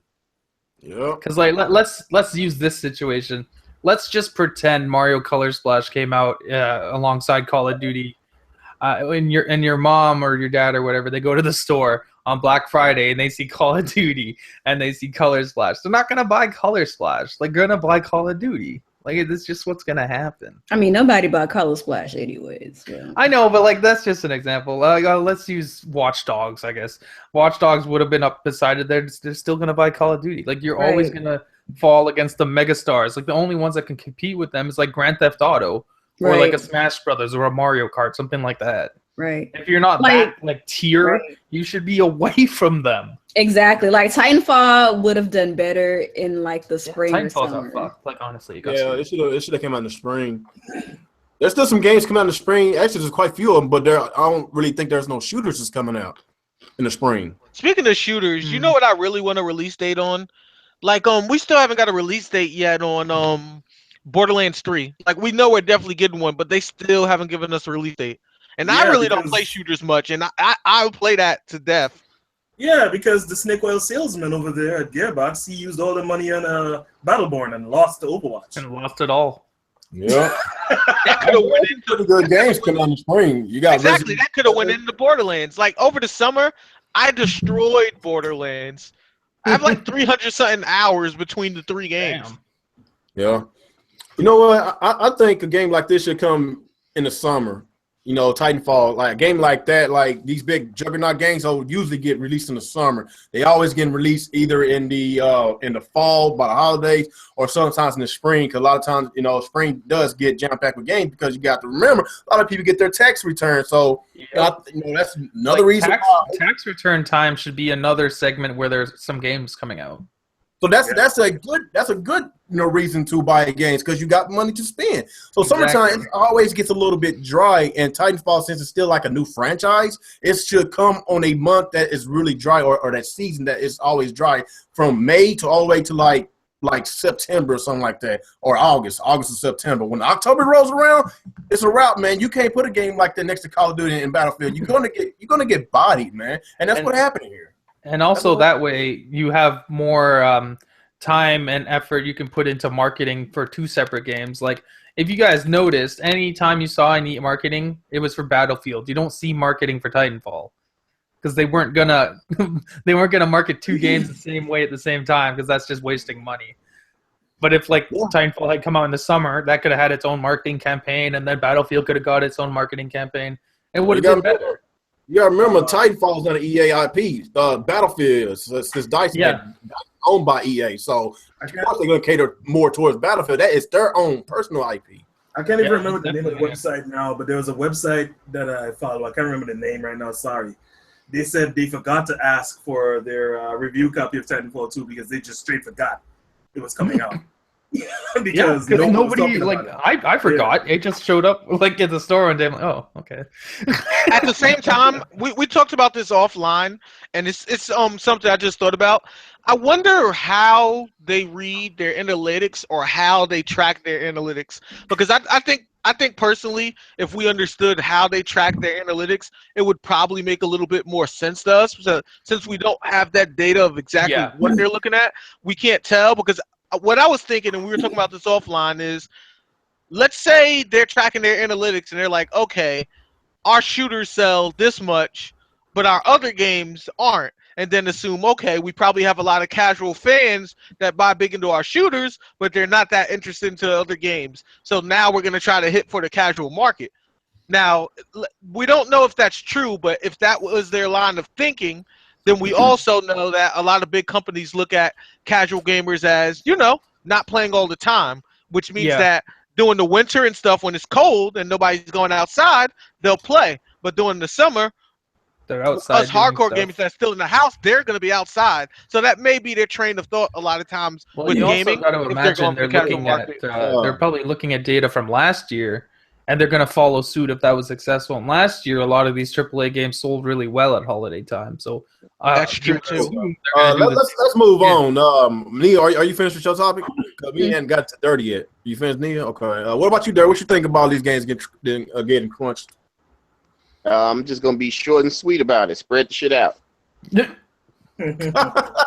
Damn. Short and sweet. Okay, that's all you got on that? Yeah. Right. What about you, ZenGame? What you think about this? We were talking earlier before you went live. It's a bunch of different things, man. It's the investors, it's the fiscal reports, it's everything. What you guys just said about the gamers in the summer and the winter, I didn't even think about that. It's a bunch of different factors why they choke these games up into the period between August and November, man. But it's stupid. It really is, because you're wasting so much of the year. But then you can't blame the developer. They have nothing to do with it. What's his face was a Titanfall guy. He was pissed. He had no control. Yeah, pissed. But then that's his fault. Like I said, you don't leave Activision because they're bullying you to go to EA and expect them not to bully you. The company that won worst company in the world 2 times. Yeah, that's kind of your fault, bro. I mean, you gotta accept your responsibility there. But honestly speaking, though, they should really spread the shit out. I mean, most people don't have that kind of money, and you're actually forcing people to choose. Just like with Battlefield and Titanfall, you don't want to force people to choose. Furthermore, Titanfall being the lesser of the 2 franchises, you dropped that shit the same day Skyrim Remaster came out. Hey guys, I'm having a memory lapse here. What was the last game that came up against a Bethesda game? Did it do well? No, it didn't do well. So I'm like, stupid. It's stupid. You don't go up against these kind of games, man. You just don't. And then it's sandwiched between Gears of War, between your own franchise, Battlefield. It's on the same day as a Bethesda game, and then a week later is Call of Duty. Can somebody tell me bad idea? Like, did this? I would pay to be a fly on the wall for that meeting, because I just want to hear how the fuck they justify this. I don't know. I really don't know, but it happened, and people are not happy. So you just have to deal with it. I mean, that's just the way it is. Yeah. But as far as the game sales and other games are concerned, aside from Titanfall, when it comes to the microtransactions and season passes and Ubisoft, I've said it once and I'll say it again. Game development is expensive. Yep. Very expensive. It's about to get even more expensive because people want better graphics. People want voice acting. Those pussies who do the voice acting, they want more money. Yeah, I think they're pussies. I think they're pussies too. I think they're being a bunch of bitches. Exactly. I'm like, I would have to disagree there because voice acting isn't as easy as we think. You have to keep in mind the amount of hours they put in and how easy it is to lose their voice. Like I'm not gonna lie, there'll be some days we're arguing in here doing a podcast and I'll shout a little bit and we only do a podcast for 2 hours and I'll lose my voice doing that. So to be in the studio all day and I'll put it to you this way. I understand what you're saying, but I'll put it to you this way. I don't need to hear Troy Baker in every fucking game ever made. They can hire somebody else and let his bitch ass sit in the corner and not cash checks if he wants to cry. Yeah, that's what I'm saying, man. I'm like, you don't need one person to do every game. They can hire more people. Yeah, you read that article about their hours and what they do. These motherfuckers work for 4 hours a day. 4 hours a day! Voicing video game characters. I get that they're screaming and they're losing their voice, but at the same time, they're the ones that are signing up for this. Nobody's putting a gun to their head and saying, you must work. Yeah, because you got to do all the death screams, you got to do all the battle cries. Yeah, that's true. You're probably losing your voice, you're damaging your voice, but hello, you're in a possibly air-conditioned booth for 4 hours a day making serious bank voicing video game characters. I can think of harder jobs than that. Right. Well, like, but you also got to remember that's like being an voice actor. That's not their only job. Like they could be doing other acting jobs during the day too. Then go do that. Because I mean, nobody's holding a gun to their head. And if they want to go on strike, then these companies will find someone else, and we won't have to hear these guys anymore. Big deal. Yeah, but anyway, we're getting sidetracked again. But the fact of the matter remains is that these developers, publishers, not developers, these publishers, they need to pay more and more and more and more money because everything needs to be better. They want dedicated servers and all of this bullshit. I've said it once, I've said it before. You want microtransactions to go away potentially because there's nothing holding them to this. You want bad DLC practices to go away because DLC isn't a negative overall. It's not an overarching evil. It can be good. DLC look at can The be very Witcher 3. good. Yeah, look at Witcher 3. I mean, I didn't want that game to end, and it didn't, thanks to the DLC, but they handled it in a smart way where I didn't feel like I was being fucked as a consumer.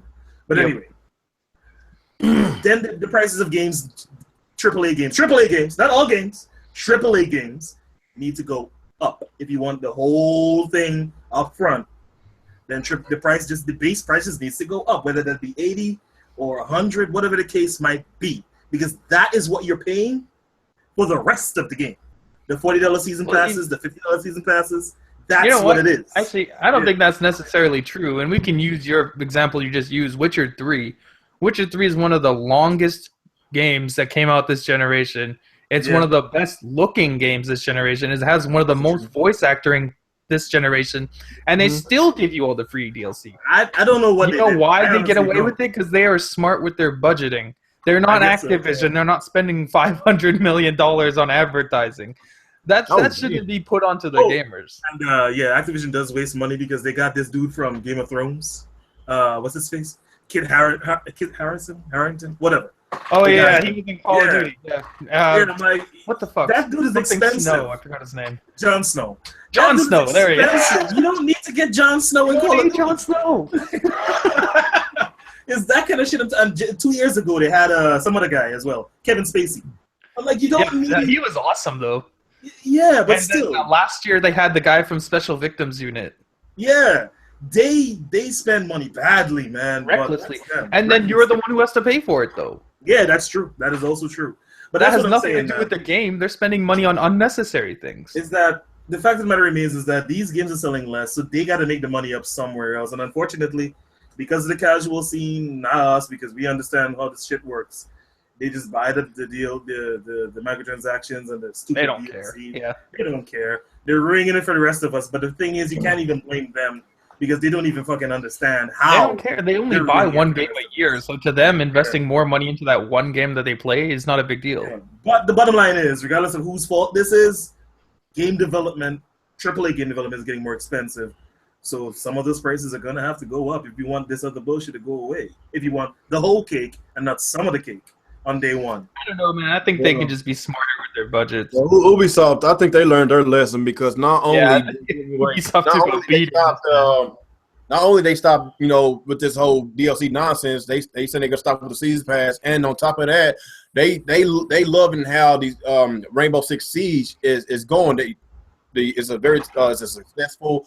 The game is they continuously giving out free content of this game. They're supposed to be giving out free maps throughout 2017 for free, and they're saying that their fan base is growing every day, and they love it. So that's why they went ahead. That's when they went ahead. They're gonna be like, "No, what? We're done with the season pass. We're gonna do better. We're gonna do a lot better than we did with the Assassin's Creed situation. We're gonna do a lot better than what we did with the Watch Dogs and all that." And it's almost like if you don't fuck your customers around, they stay longer. But I think they're gonna change for the better, and that's what I'm liking about what Ubisoft is doing. And now, if we could get Activision to do that shit, and if we could get EA to stop doing that bullshit, Well, that's the thing with these kind of companies. They'll always push as far as they can. They'll always try to scam you as much as they can until you stop paying, and then they'll try to do something right. He's looking at these games that came out during the fall, these games that's flopping. I think we're starting to send a message to these developers, to these publishers. Like, a lot of people is not going to buy these games. They sick and tired. There is an alternative. And I said this once before, but it's kind of a Pandora's box situation. This could go right, or this could go horribly wrong. Open up Kickstarter to AAA developers and let us pay for the game from day one. But we've already seen that go wrong with shit from little guys like Mighty Number 9. I don't trust Kickstarter. I don't trust. I know. Hell no. Fuck that. Mighty Number 9, Shenmue. Like, I go on and on. Kickstarter is good for little games. Project. Kickstarter is supposed to be for guys who have no money. Yeah. Yeah, that's also true. Man, if I ever saw Activision put a game on Kickstarter, I would fucking lose it. and this might sound like messed up, but this is my personal opinion.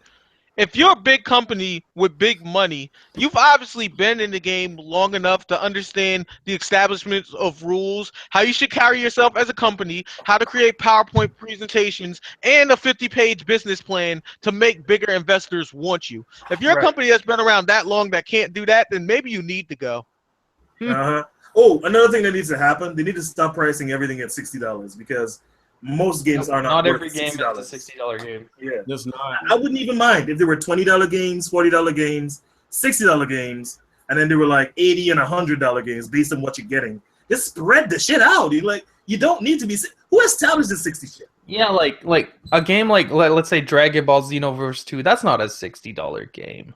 Like, it's worth 40, maybe. Yeah. Street Fighter 5 was not a $60 game. That should have been free. Street Fighter should have been like a $20 game with the amount of content you got. Like, Microsoft was smart when they made Recore 40 instead of 60. That's what I'm saying, man. You're gonna give these smaller games a chance, and you're gonna stop raping people's wallets. And in the end of the day, it does benefit you because at the end of the day, they're gonna have more money for your later games. Like even if you have to make the game like digital only or something. Something like that, yeah. Oh, by the way, speaking of digital only, another idea that will only work if it's digital only. I can't tell you the number of people that I know that buy Call of Duty just for the multiplayer. I can also name a few people that buy it just for the single player because they don't fucking care about the multiplayer, right? That's me. Start selling these games digitally separately. Give me the option.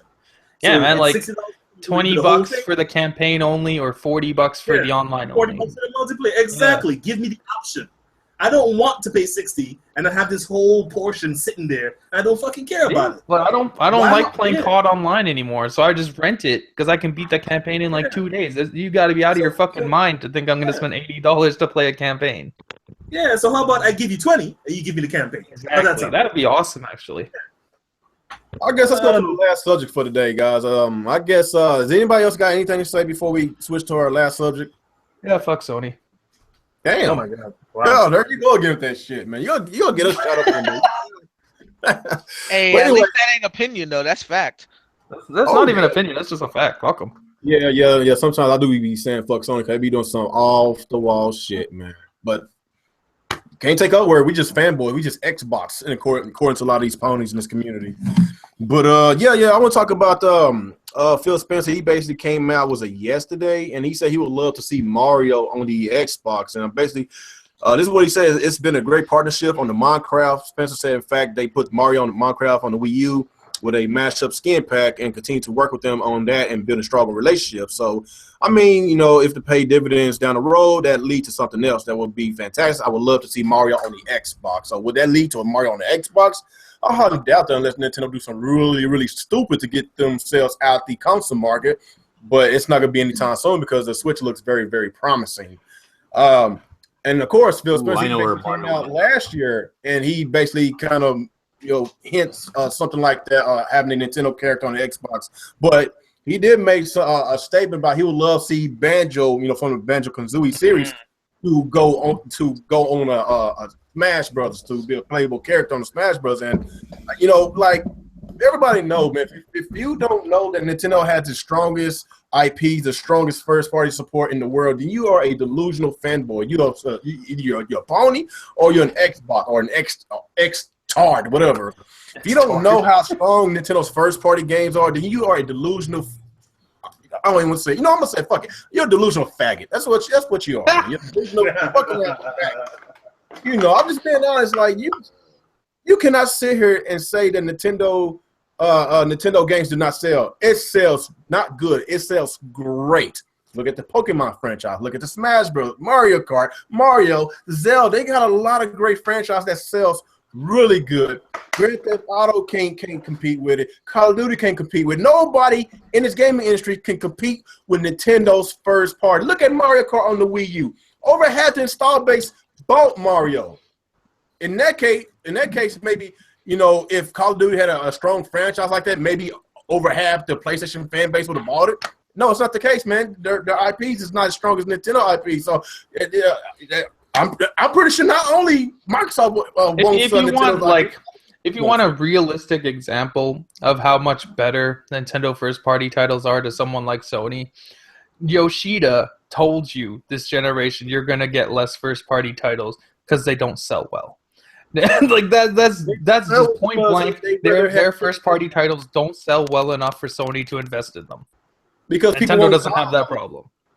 Because third parties took over this gaming industry last generation or the generation before that. They took over. Everybody wants COD. Everybody wants Assassin's Creed. Everybody wants the Maddens and 2Ks and Battlefield. That's what they want, man. But when it comes to first party, the only people that actually shows up is Nintendo fans. And of course, if you want to go on Microsoft and Sony, you know, of course, Uncharted, you know, they sell really well, but it don't sell as well as Smash Brothers or Mario Kart. Halo, it always sells well. It sells well, like between 6 to 8, something 9 to 10 million. Mario Kart outsold Halo and Uncharted 4 combined. I'm trying to say that's the power of Nintendo's IPs, man. That's why I'm saying nobody can compete with them. So I understand where Phil Spencer is coming from. Will they have a partnership in the future? Hell, I wouldn't mind. I like Xbox. I wouldn't be surprised if we saw Banjo and Smash. I think that's doable. I think Nintendo and Microsoft got some good going on. You know, I'm a huge fan of Nintendo. I'm a huge fan of Microsoft. Let's get it done. Let's make it happen, man. What you think about it, Alex? I think it's cool. Like everybody here knows, I like Phil Spencer. I think Phil Spencer is the best thing that's ever happened to Xbox.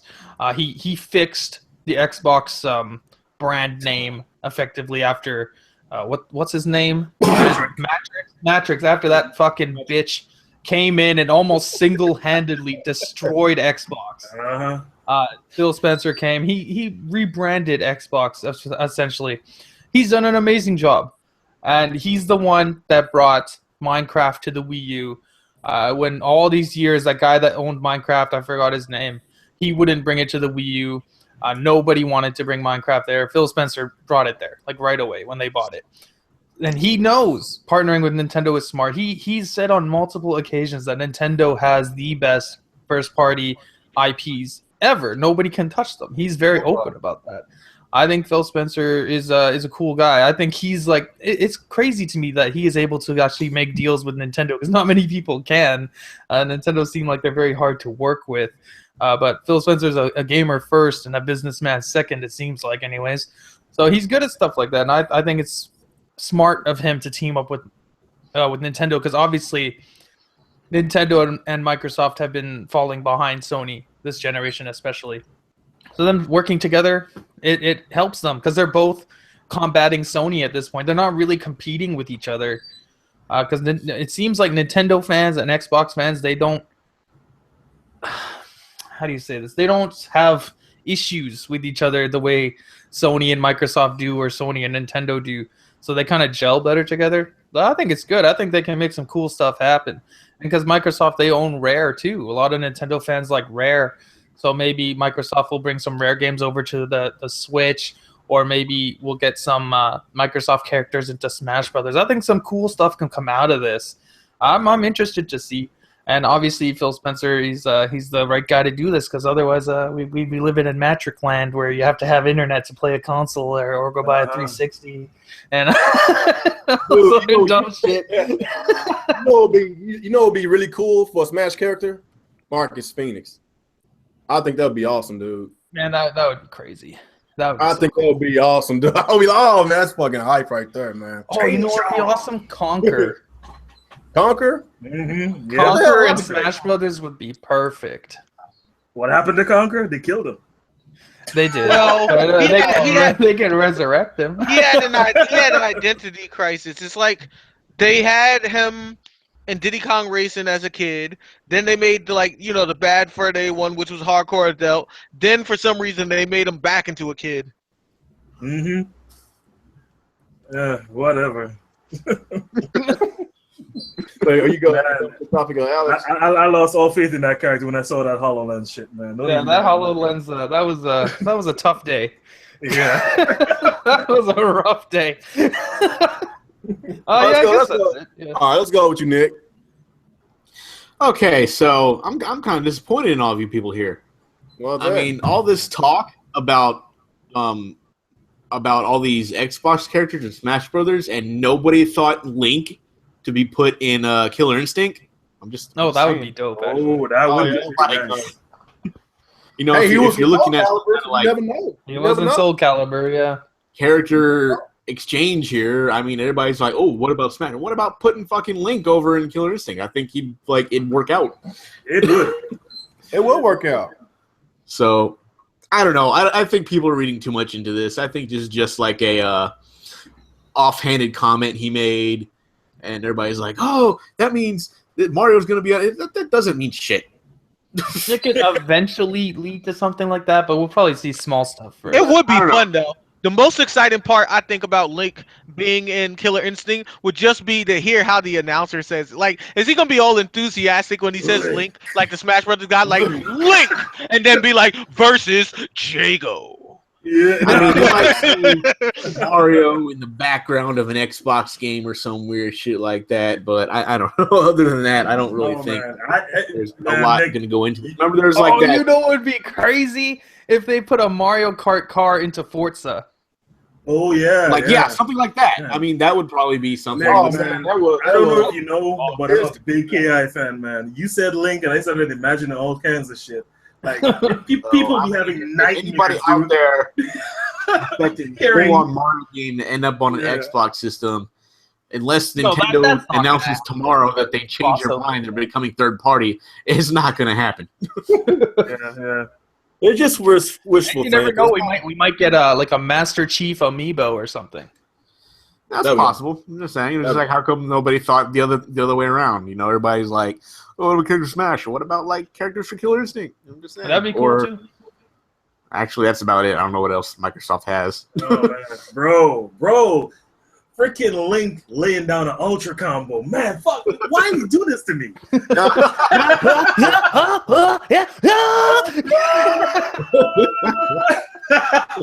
Oh, man. I just unleashed something in Zen we didn't know was there. Oh, shit.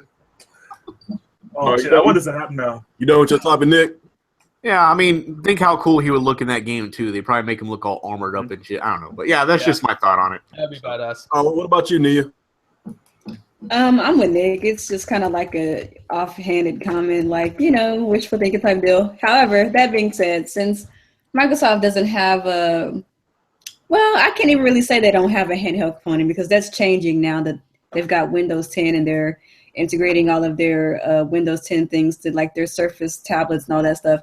I guess I could see maybe something like Super Mario Run on a Surface tablet. I think that's probably as far as they would go with it, because since Nintendo, I mean, Nintendo's opening up, but they are still very much guarded when it comes down to their IP. So I don't really see like a full blown deal happening. But like as far as like their mobile stuff, yeah, I could see them, partnering with Microsoft to put their things on Surface tablets and like their Windows phones and stuff like that. Maybe at least to start, but Yeah. other than that, I'm not really looking too deep into that. That's just wishful thinking anyway. So Yeah. it is what it is. Nintendo, they got enough money to make consoles for the next 20, 30, 40 years. But like I say, a lot of people on Nintendo go on it, but it's not gonna happen. Even though a lot of people don't like Nintendo, but hey, they still making their billions of dollars, and they still don't even give a fuck how you feel about them. Are you still going there? Hey. I mean, I don't think it's a bad idea. Like all of those ideas that you guys just brought up just now, they sound great, but I don't really see it happening in reality. That's all I'm saying. Just Nintendo just stay with Nintendo, Microsoft just stay with Microsoft. Unless it's like some type of mobile component, like I mentioned, since that's fine. That's kind of like that's like a market that Microsoft is delving into, in their own way. But it's not something that they take as seriously as say Nintendo does. So I could see them doing. I think it's something more likely to have Microsoft games put onto Nintendo hardware with Nintendo features. Because Microsoft cares a lot less about where their game goes. That's true. I could see that, yeah. Microsoft doesn't care where their game is. They just want to make money. Right. Yep. All about money. Can you imagine if they had some sort of Killer Instinct port brought to the Switch, and then you have like Nintendo princess costumes? I mean, it already happened with Tekken. Yeah, stuff like that. Alex, you're killing my Lincoln Killer Instinct. It's gonna happen. Don't worry. You never know. Like before the start of this generation, like we didn't think that we was gonna see Gears and Halo and all these Microsoft IPs going to Windows, going on PC. We didn't see that coming. And all of a sudden, you got PlayStation exclusives, no longer exclusives. It's on PC now. Like we didn't see that coming. Multi-platform is the way to go. The shit just costs too much money now. Yeah, so something like this would not surprise me, in the long run, because at the end of the day, it's all about making money. If you can make money, if you got to do something that you don't want to do, but if you make a lot more money to do something that you want to do, they're gonna do it. It's all about money, man. So anyway, who else is next? What about you, Dirty? You quiet today, man. What's up, man? What you think about this, man? I mean, just the thought of it, man, it'd be cool just to see, like certain characters, over in Microsoft game and vice versa. But I doubt if it'll happen. You know what I'm saying? I mean, it was cool to see Link back in Soul Calibur 2, and I still had a game for the GameCube. Me too. And to see him in Killer Instinct, like that would be epic. That would be so cool. Yeah, that would be. And if they were to do that, that'd be cool. But I don't know. Maybe with the new guy, I could never remember this guy's name, but maybe. Kirishima? Yeah, maybe he do something, with Microsoft. You know what I'm saying, by using characters. I know, wasn't it? He told the Nintendo fan. I think Nintendo fans wanted something from Rare. They want, I guess, was it Dark or something? And he said you might have to ask Rare. That'll be their decision. So he didn't come out and say no. Yeah, Rare. that was Rare Replay. Yeah, and he was like, "Oh, yeah, that's up to Rare. You have to ask them if they want to." Because again, Microsoft doesn't care where their games go; they just want to make money. Yeah. So yeah, if they do it, that'd be cool. I could see Microsoft allowing Rare Replay on the Switch. Because at least that way it would sell. Yep. It makes sense. It makes sense, man. It's all about money. Look at Alex. Snipe. Just dealing out them headshots tonight. Right? That hurt my feelings. I ain't even make the game. Are you still going, Dirty? Nah, that's it, man. All right. What about you, Retro, bro? I would say if there's anything I learned the past couple of years, especially this year, it's honestly to never say never. I mean, we never expected Nintendo to actually try to work with people as much as they have been lately. Like the fact that Smash Brothers has characters from other gaming platforms other than just Nintendo characters still completely blows my mind. Like, like Cloud can and any of Ryu. us honestly say we would have expected Cloud, Ryu, or Bayonetta? Man, Like- when like we so- saw Cloud and Ryu, I couldn't believe it at first. Like so many surprises are showing that everyone in gaming right now are hurting financially, so they're willing to do what it takes to get that money. And Mhm. That's people so aren't true. really against it. On top of that, you Yeah, see I'm with Nintendo is trying to do the whole thing with doing movies with big studios. They're gonna have their thing with Universal Studios with their park. Like they're opening up the change with new leadership. And I'd like to say the last thing, we also have Donald Trump as president. So never say never. Like Anything's you can never say never. Anything's possible. Anything is possible. That's a really This good point. dude pulled a Disney. Everyone hated him and he still won. Like, who wrote his script?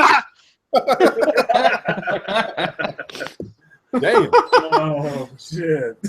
Tripping, man. That's all I got though. What about you, Zen? Well, there's 3 ways to read what he said. I mean, basically, there is the "Hey, I'm nice guy feeling like saying nice things" translation, where it doesn't mean much except for him being respectful to one of the industry's oldest heads. There is the other translation where all of you guys covered that. You get a bunch of cross game stuff, cross promotions, which I personally would love to see. Again, link Banjo and Mario Kart. Link in fucking KI. My dick. the big. Exactly. And then there's the Coon translation, where you could say this is the one the fanboys like the most, the Xbox ones particularly. Where you say where the translation could be, man, if Nintendo fuck up one more time, I'm buying the IPs. So, so you can see it 3 different ways. Personally, I think it's option number 2. At least that's what I'd like to see. Yeah, crossover stuff would be really cool. It would. They don't necessarily got to put their full game on another platform. Just like put maybe a character or 2 on there. I'll be fine. That's all it takes, man. Because like if you can get Master Chief into a Nintendo game, that's gonna compel an Xbox guy to go buy that Nintendo console. Yeah, the same, vice versa. Yeah. And Exact they could allow mod support, so then people could play Halo running around with Mario Big Head mode. Well, not even That that. would Like, be so can you dope. imagine you play Halo 5 with a new update? You can play as Samus. Oh my god. Oh, I'm fucking big on that shit. My dick. Oh, y'all tripping today, man. That's hot, yo. Oh my god. Don't stop. It's not even gonna happen. Yep, I mean, when it comes to like, That would be very cool. See, that idea was so good, Nia woke up. Not bad. I mean, when it comes to like Smash and shit, man, I mean, you can think of some Microsoft characters that actually work, like Joanna Dark, for example. Yeah. Work in Smash and shit. The cross promotion will work. I mean, if you're gonna have a brawler game, you're gonna have to have iconic characters, and not have a brawler game where your headline is Big Daddy. Who the fuck is Big Daddy? So, Hey, shut. honestly speaking, I mean, I'm speaking my mind here. I mean, honestly, Sounds like somebody needs an adult, like with a name like that. Like, yeah, you need iconic characters, and Yeah. if they could share them, then more is the merrier. That's what I say. I ain't tripping. The fanboys will, but I ain't. I think that shit would be amazing. It ain't gonna happen, but I still think it will. It could happen. Could happen. Yeah, we saw crazier things. we ain't saying it's happening next year, crossovers but is it may nothing happen new. eventually. Like it's totally possible. Mm-hmm. All right, so is that about everybody? Yeah, I think we're good. I guess so. Okay. So since we are finished with this subject, let's go to the questions, guys. Answer a few questions we've got in the podcast. Talk about some good things today, man. Had a good time, hell of a time. Talk about some weirdos. Of course, talk about some Mario. Well, Phil Spencer would like to have a Mario on the Xbox. Wishful thinking. Maybe one day it might happen. Maybe not. I doubt it will happen. And of course, talk about some AAA sales is down a lot this year. Not only one game, not only 2 games. multiple games. Like the sales is down dramatically. So talk about that. If you missed the first part of this podcast. Whenever this podcast is uploaded, please come back because we had a really, really good show. We had about an average like 30-some people watching, so I really appreciate y'all support. So let's go get these questions out there, guys. Get these questions. Let's go. Okay, what are you talking about? PlayStation All-Stars is a what the fuck? Yeah, that was funny, bro. What's your name? Yo, player. Javan 23. That's funny, bro. Hey, in his defense, PlayStation All-Stars isn't a Smash Bros. Killer, but it was a good game for its own reasons. Why does every Sony game think it's a killer of another franchise? Okay, look, listen. I know you're not being serious, right? I hope you're not being serious. Yeah, he's playing. But honestly speaking, Sony guys, I'm sure if there are any of you here, I'm not trying to make fun of you guys, but you need to stop doing that shit. Knack is not going to beat Mario. Killzone is not going to beat Halo. You need to stop doing that shit. Get out of here with that. Little big kart racing or whatever isn't going to beat sounds Mario like a villain. Kart. You hear his voice? He sounds like Skeletor from He-Man. That's not a hero. Yeah. His name is like Raditz. He's like a DBZ villain. We got another question from Tony. Do you think Phil Spencer or Sony's Yoshida going to buy a Nintendo Switch? Yeah, Yoshida has 2 Wii U's. If he survived that, he's going to get a Switch. Yeah, I'm pretty sure they all going to have each other's consoles. Nintendo sent Phil Spencer an NES Mini. They're going to send his ass an NX. Oh, yeah. Damn it, Switch. It will. They don't be fanboying that shit out like these people in this community. They respect each other, so I'm pretty sure they're going to have one. Yeah, of course. Stuff from Dave J. Will Reggie have an Xbox or a PS4? No, he will not. No, he will not. Yeah. What's your opinion about doesn't play games? Saying that people are happy that there are no kids in the Switch trailer or Insecure Gamer? I love it. He said, "What's your opinions about the Wii U fans saying that the people who are happy that there are no kids in the Switch's trailer?" Well, I'm not sure how that makes you an Insecure Gamer. All I know is I'm a grown-ass man. I've been playing Nintendo from the beginning. I ain't no kid, so fucking advertise to me. See, and then here's the other thing, too. And we all got to keep it real. Like, you can be a gamer. That's cool and all. You can have things you like. That's cool and all. But you have to live and accept society. And the way society is, there might be a place with a bunch of little kids and Nia can sit in there and chill, but us being grown men from societal's look, it doesn't look right. Like it just looks wrong.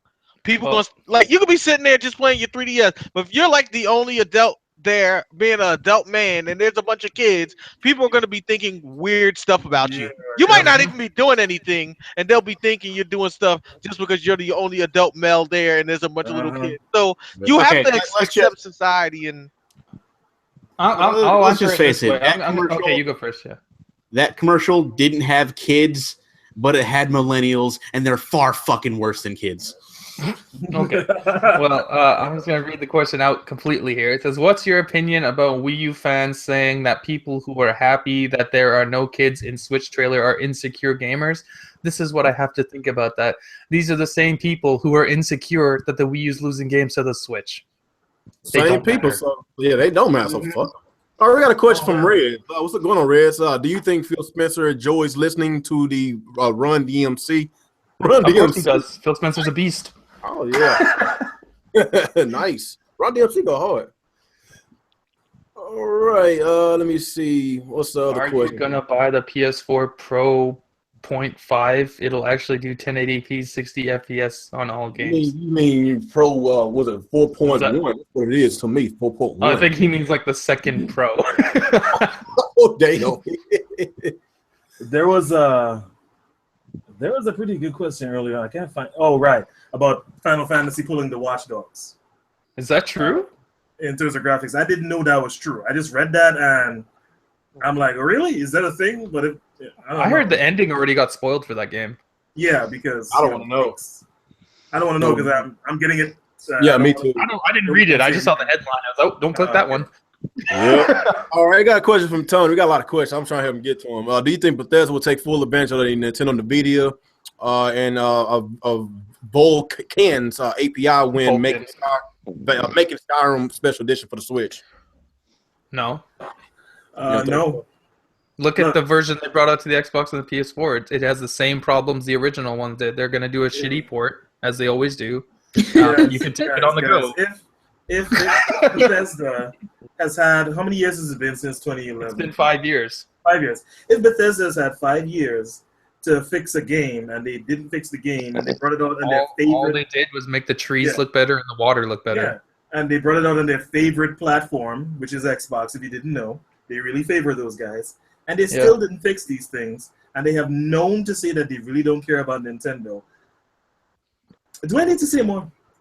Yeah, it's just going to be a port. It's pretty much going to be the Xbox version on the go. Yeah. So, It's crazy, but sometimes I feel like Bethesda gets away with nostalgia. It's like the games they get give away us. with a lot. It feels like playing games in the '90s. It's like you enjoy gameplay so much, but it has so many flaws that you shouldn't accept in this point in time in gaming. But you enjoy the gameplay so much that you let it go. It's like gaming in the '90s.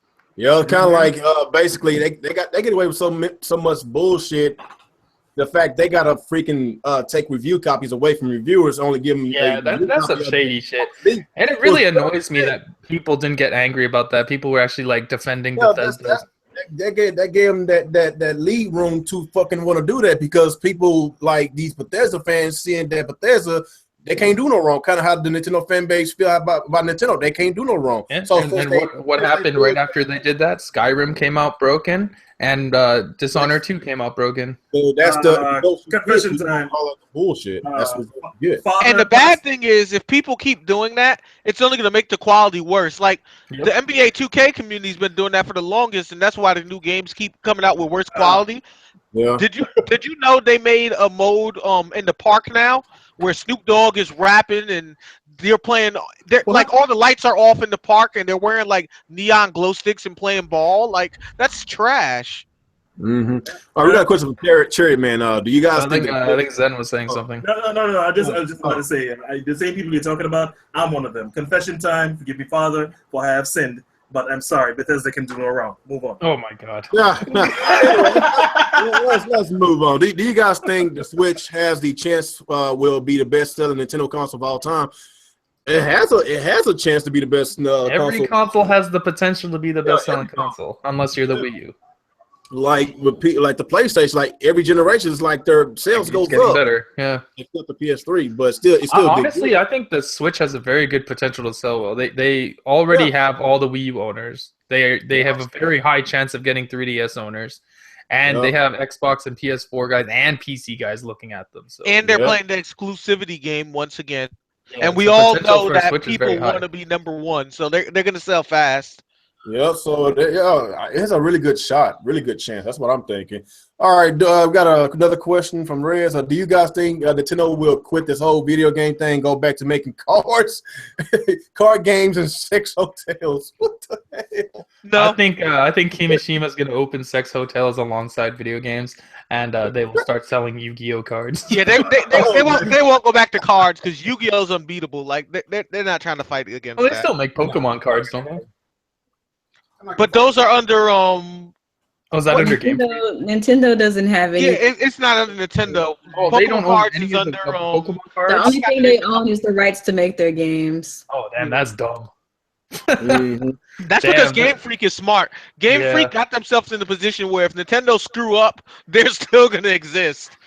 Yep. Poor Nintendo. Oh well. All right, I got a question. Do you guys think Scalebound was so well on the Xbox? Nintendo. What do y'all guys think? Do y'all guys think it's gonna sell well on the Xbox? You talking about Scalebound? I'm gonna be brutally honest. That game is fire, and I will purchase it, but I do not think the Xbox community will buy it because it's an RPG game about dragons, and there are no guns. That game is going to be the worst selling exclusive on the Xbox One. Guaranteed. While being the best game at the same time. You think it'll be worse than Recore? Who has the question? Rez? Who? Whatever. Rez, he's the one that asked the question? No, I think that was Devan did. Devan. Okay, bro. Let me address you directly here. I'm going to keep this short. That game is fucking doomed. Yep. It's doomed. It's not gonna sell. Trust me. It's gonna sell more on the. It's gonna sell more in the Windows 10 version because PC people play more JRPGs than Xbox. That guys. being said, You know what's really That gonna game is happen? fucked. It's gonna be on Xbox and it's gonna be on PC. The PC version is gonna be broken. You're gonna hear me complain about it and get a refund on it day one. And then when it doesn't work well on Microsoft and it doesn't work well on Xbox, it's gonna come to PC, Steam instead of PC, Microsoft, and then be $30. And then I'm gonna buy the game. It's gonna work better, and I'm gonna live happily ever after playing it with like 5 other people. Okay. Let me run this down for you. It's exclusive to Microsoft. 1. Yeah. It's got dragons and no guns. 2. It's pretty weird from what I understand. It's got that Devil May Cry vibe going on, so it's not Americanized. 3. And it's on the Xbox. 4. Yeah. It's a platinum game. It has platinum skirts. Exactly. At which point is this game supposed to sell again? That game is gonna. You know, that's kind of scary. I forgot it was a platinum game. That means it could be hit or miss. If it ain't Bayonetta, you never know. Thank you, Retro. Thank you. I'm not the only person who feels like that. Oh my god. If it ain't Bayonetta, it's hit or miss with platinum. That's what I'm saying. How dare you? I think it's actually gonna be good. You know it's true. You suffered through Ninja Turtles. You know, Alex. you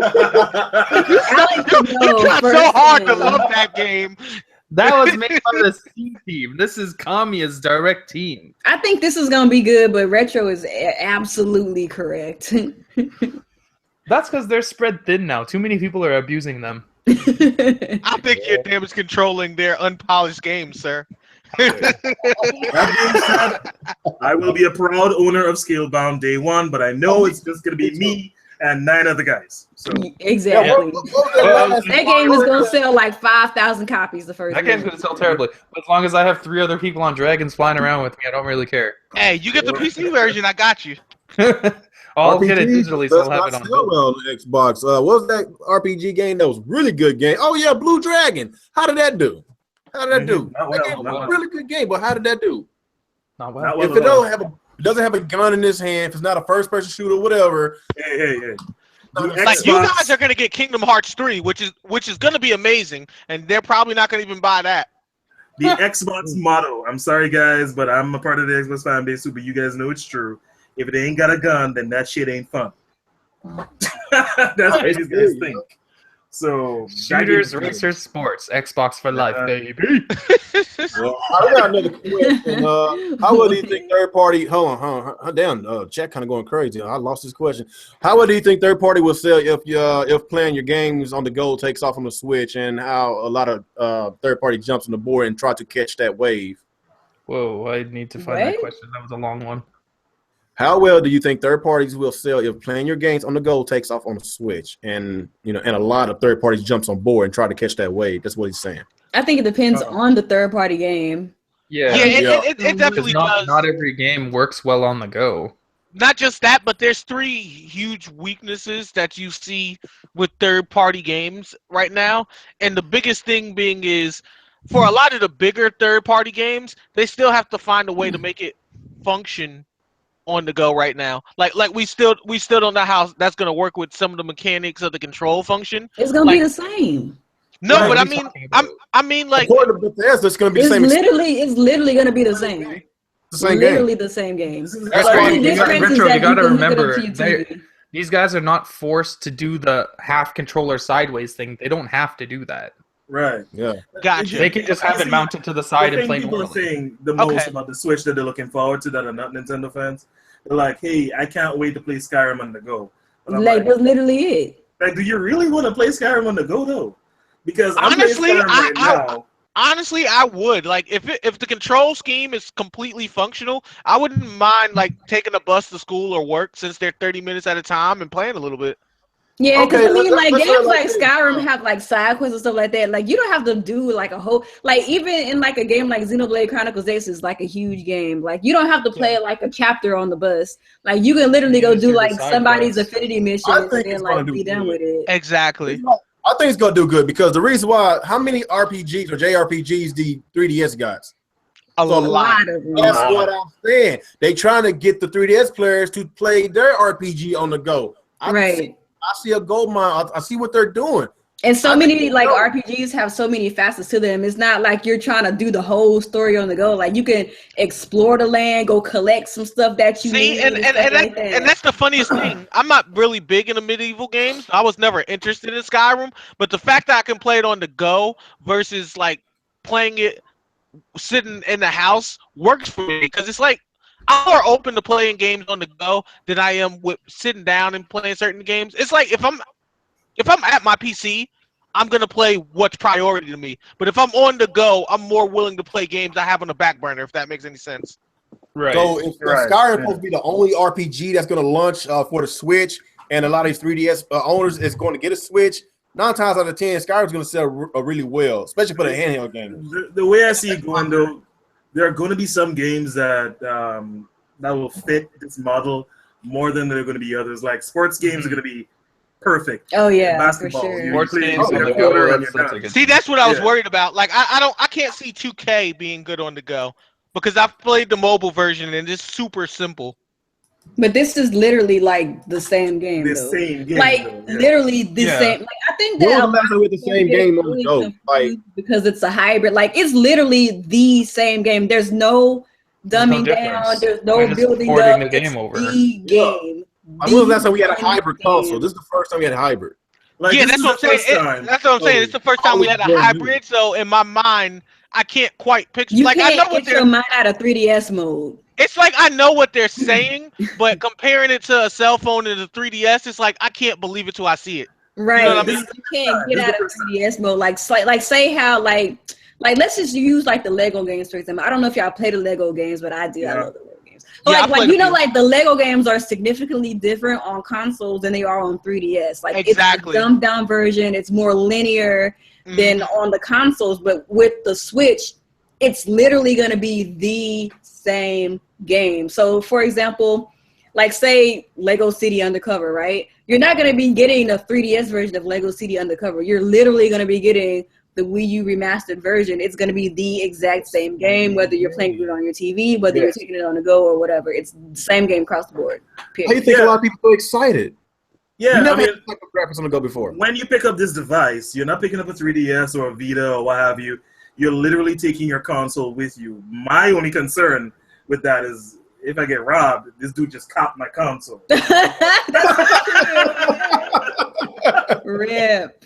Yeah, so that's the way I see it. The United States is open carry, so you have every right to carry a gun, unless you got a criminal record. Well, yeah.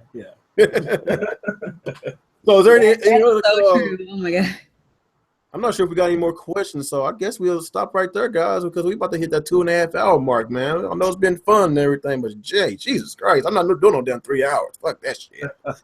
Well, anybody else got anything to add before we end this podcast? It was a good show, man. I really appreciate everybody. Appreciate everybody in the chat, keeping that chat lively. One more thing. This is the most important news, and we forgot to announce it. Dave Chappelle is getting 3 comedy shows on Netflix. Oh yeah, awesome! I saw that. Yes, he is. Cannot wait. That's for next. That's 2017, I believe, right? 2017, I think. I'm most definitely getting Netflix. I don't have Netflix, but I will get it for his comedy. Hey, I'm gonna give you a little hint.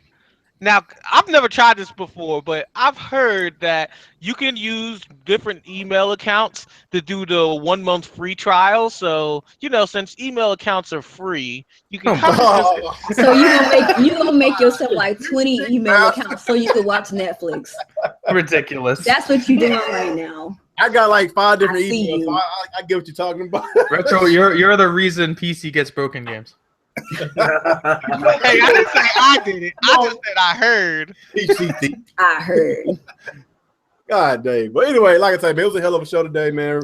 Really appreciate everybody interacting in the chat. Really appreciate all your feedbacks today, man. It was a hell of a show, good show. Love my cast and crew. Love everything about this show, man. Let's grow. Let's continuously grow this show. I was looking at my views, and I'm averaging like about 600, a little bit over 600 views per podcast. I want that number to go up, guys. Want that number to go up. We need to have more people coming to the show. If you're not subscribed to this channel, subscribe to this channel. If you don't share my videos, please share my videos. Share this podcast. We need other people in this community to know what the Real Talk with the Real Gamer show is, because we got a good cast, good crew. I really love all y'all guys. Really appreciate y'all support. So I guess after that, anybody else got anything to say before we get to our outros? Oh, good. Besides, fuck Sony. Oh. I guess that's it. So let's go and get to our outros, man. Let's go and start you, Alex. All right, what is going on, everyone? ActivesIN here. This was another week of Real Talk with the Real Gamer, and we, of course, had a lot of fun. We talked about the Wii U Weirdos. We haven't talked about them in a while, but they've been acting up, so we gotta put them back in their place. So, what else did we talk about? We talked about Microsoft and Nintendo with Phil Spencer possibly working together. It's a dream scenario as far as I'm concerned. I like Nintendo. I like Microsoft. So if those two work together, I'd be a very happy person. And what else did we talk about? AAA games. AAA games are not selling too well anymore. That's their own fault. Make your games playing less the expensive. world's smallest violin. Yeah. Like, make your games better quality and stop charging us out the ass for stupid nonsense that should already be on the disc. And maybe your games will sell again. And work on them release dates. And spread out the release dates. We don't need 30 games coming out within 3 months when there's like 8 months of no games. Yep. Just like how October, people were coining it as Broketober. Like, bruh, Yep. stop bringing out your games at the same time, my guy. Yep. Exactly. It's not necessary. It's completely Hey, you know what they say? You know you got no game when you have a terrible release. Just saying. Oh, and yes, of course, I will end with this, as I shall always end with this going forward. Fuck Sony. Ah, fuck you, man.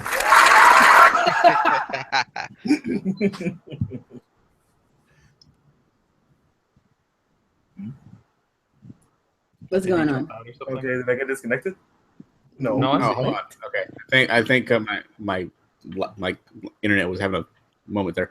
Oh, weird. All right, so this is Nick from Gamer Incorporated, and it was a fun podcast. Just remind you all that Real Gamer's going to buy us all Nintendo Switches when they come out. Yeah, he is. Yeah. Oh, and Alexander's going to go dream of Zelda and Killer Instinct. Not Zelda, Link. Oh, He didn't say no. We're getting switches for Mike. That's pretty great. I think we was dead. I think we lost him. He didn't say no though. I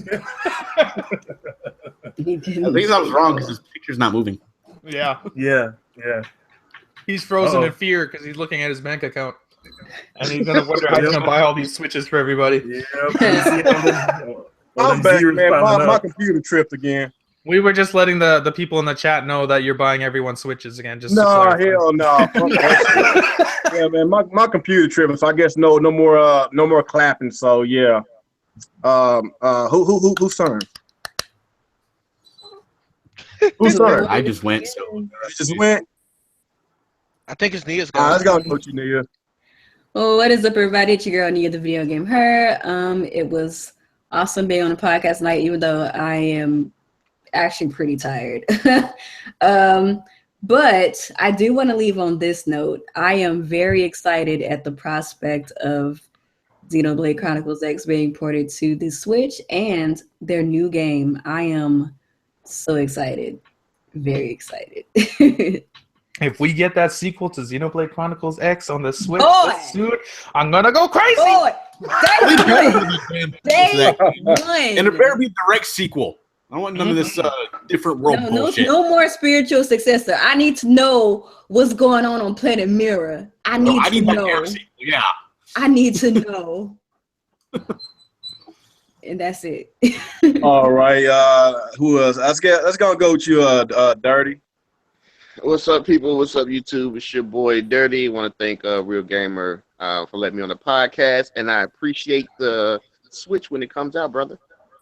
All right, appreciate you, man. Let's go with you. Who's next? Retro Bro. What is going on, y'all? Oh my god. I've always wanted to do that. He looks like he's so You happy. didn't do it right. You have to say it with more. I don't have I'm a very dark person. But anyhow, we had a lot of fun tonight. Can't wait for the Nintendo Switch to come out. Also, just a little food for thought, but if Nintendo and Xbox fuse and they created a console together, would that be the true NX? Just food for thought. Womp. I see. Boo. Boo. I didn't get to roast you that much tonight, so I had to leave with that. Yeah, if my deal was working properly, you would have got the crickets, Mr. Retro Bro. So, You know, to be honest with you, for a brief time there, I thought that might have been the case. oh shit. All right, let's go with you, Zen Gamer. Hey, you guys know who I am? You know, these guys over here, they do the necromancer responsible to bring me back from the dead every once in a while. So, Zen Gamer, the undead gamer, saying goodbye and thank you for watching. Oh, and by the way, Link and KI, my dick. Oh, and by the way, Xander, bro, stop telling people I'm rich, bro. Like, you need to stop this shit. I'm not rich and I'm not buying shit. I'm not buying Switches for no goddamn body except myself. No, you're not buying them. Real Gamer is. Real gamers buying them. Real gamers buying them. What are y'all talking about? He's got everybody. He's got the people in chat. He's got us. Exactly. It's the advantage of watching live. The hell y'all talking about? Y'all tripping.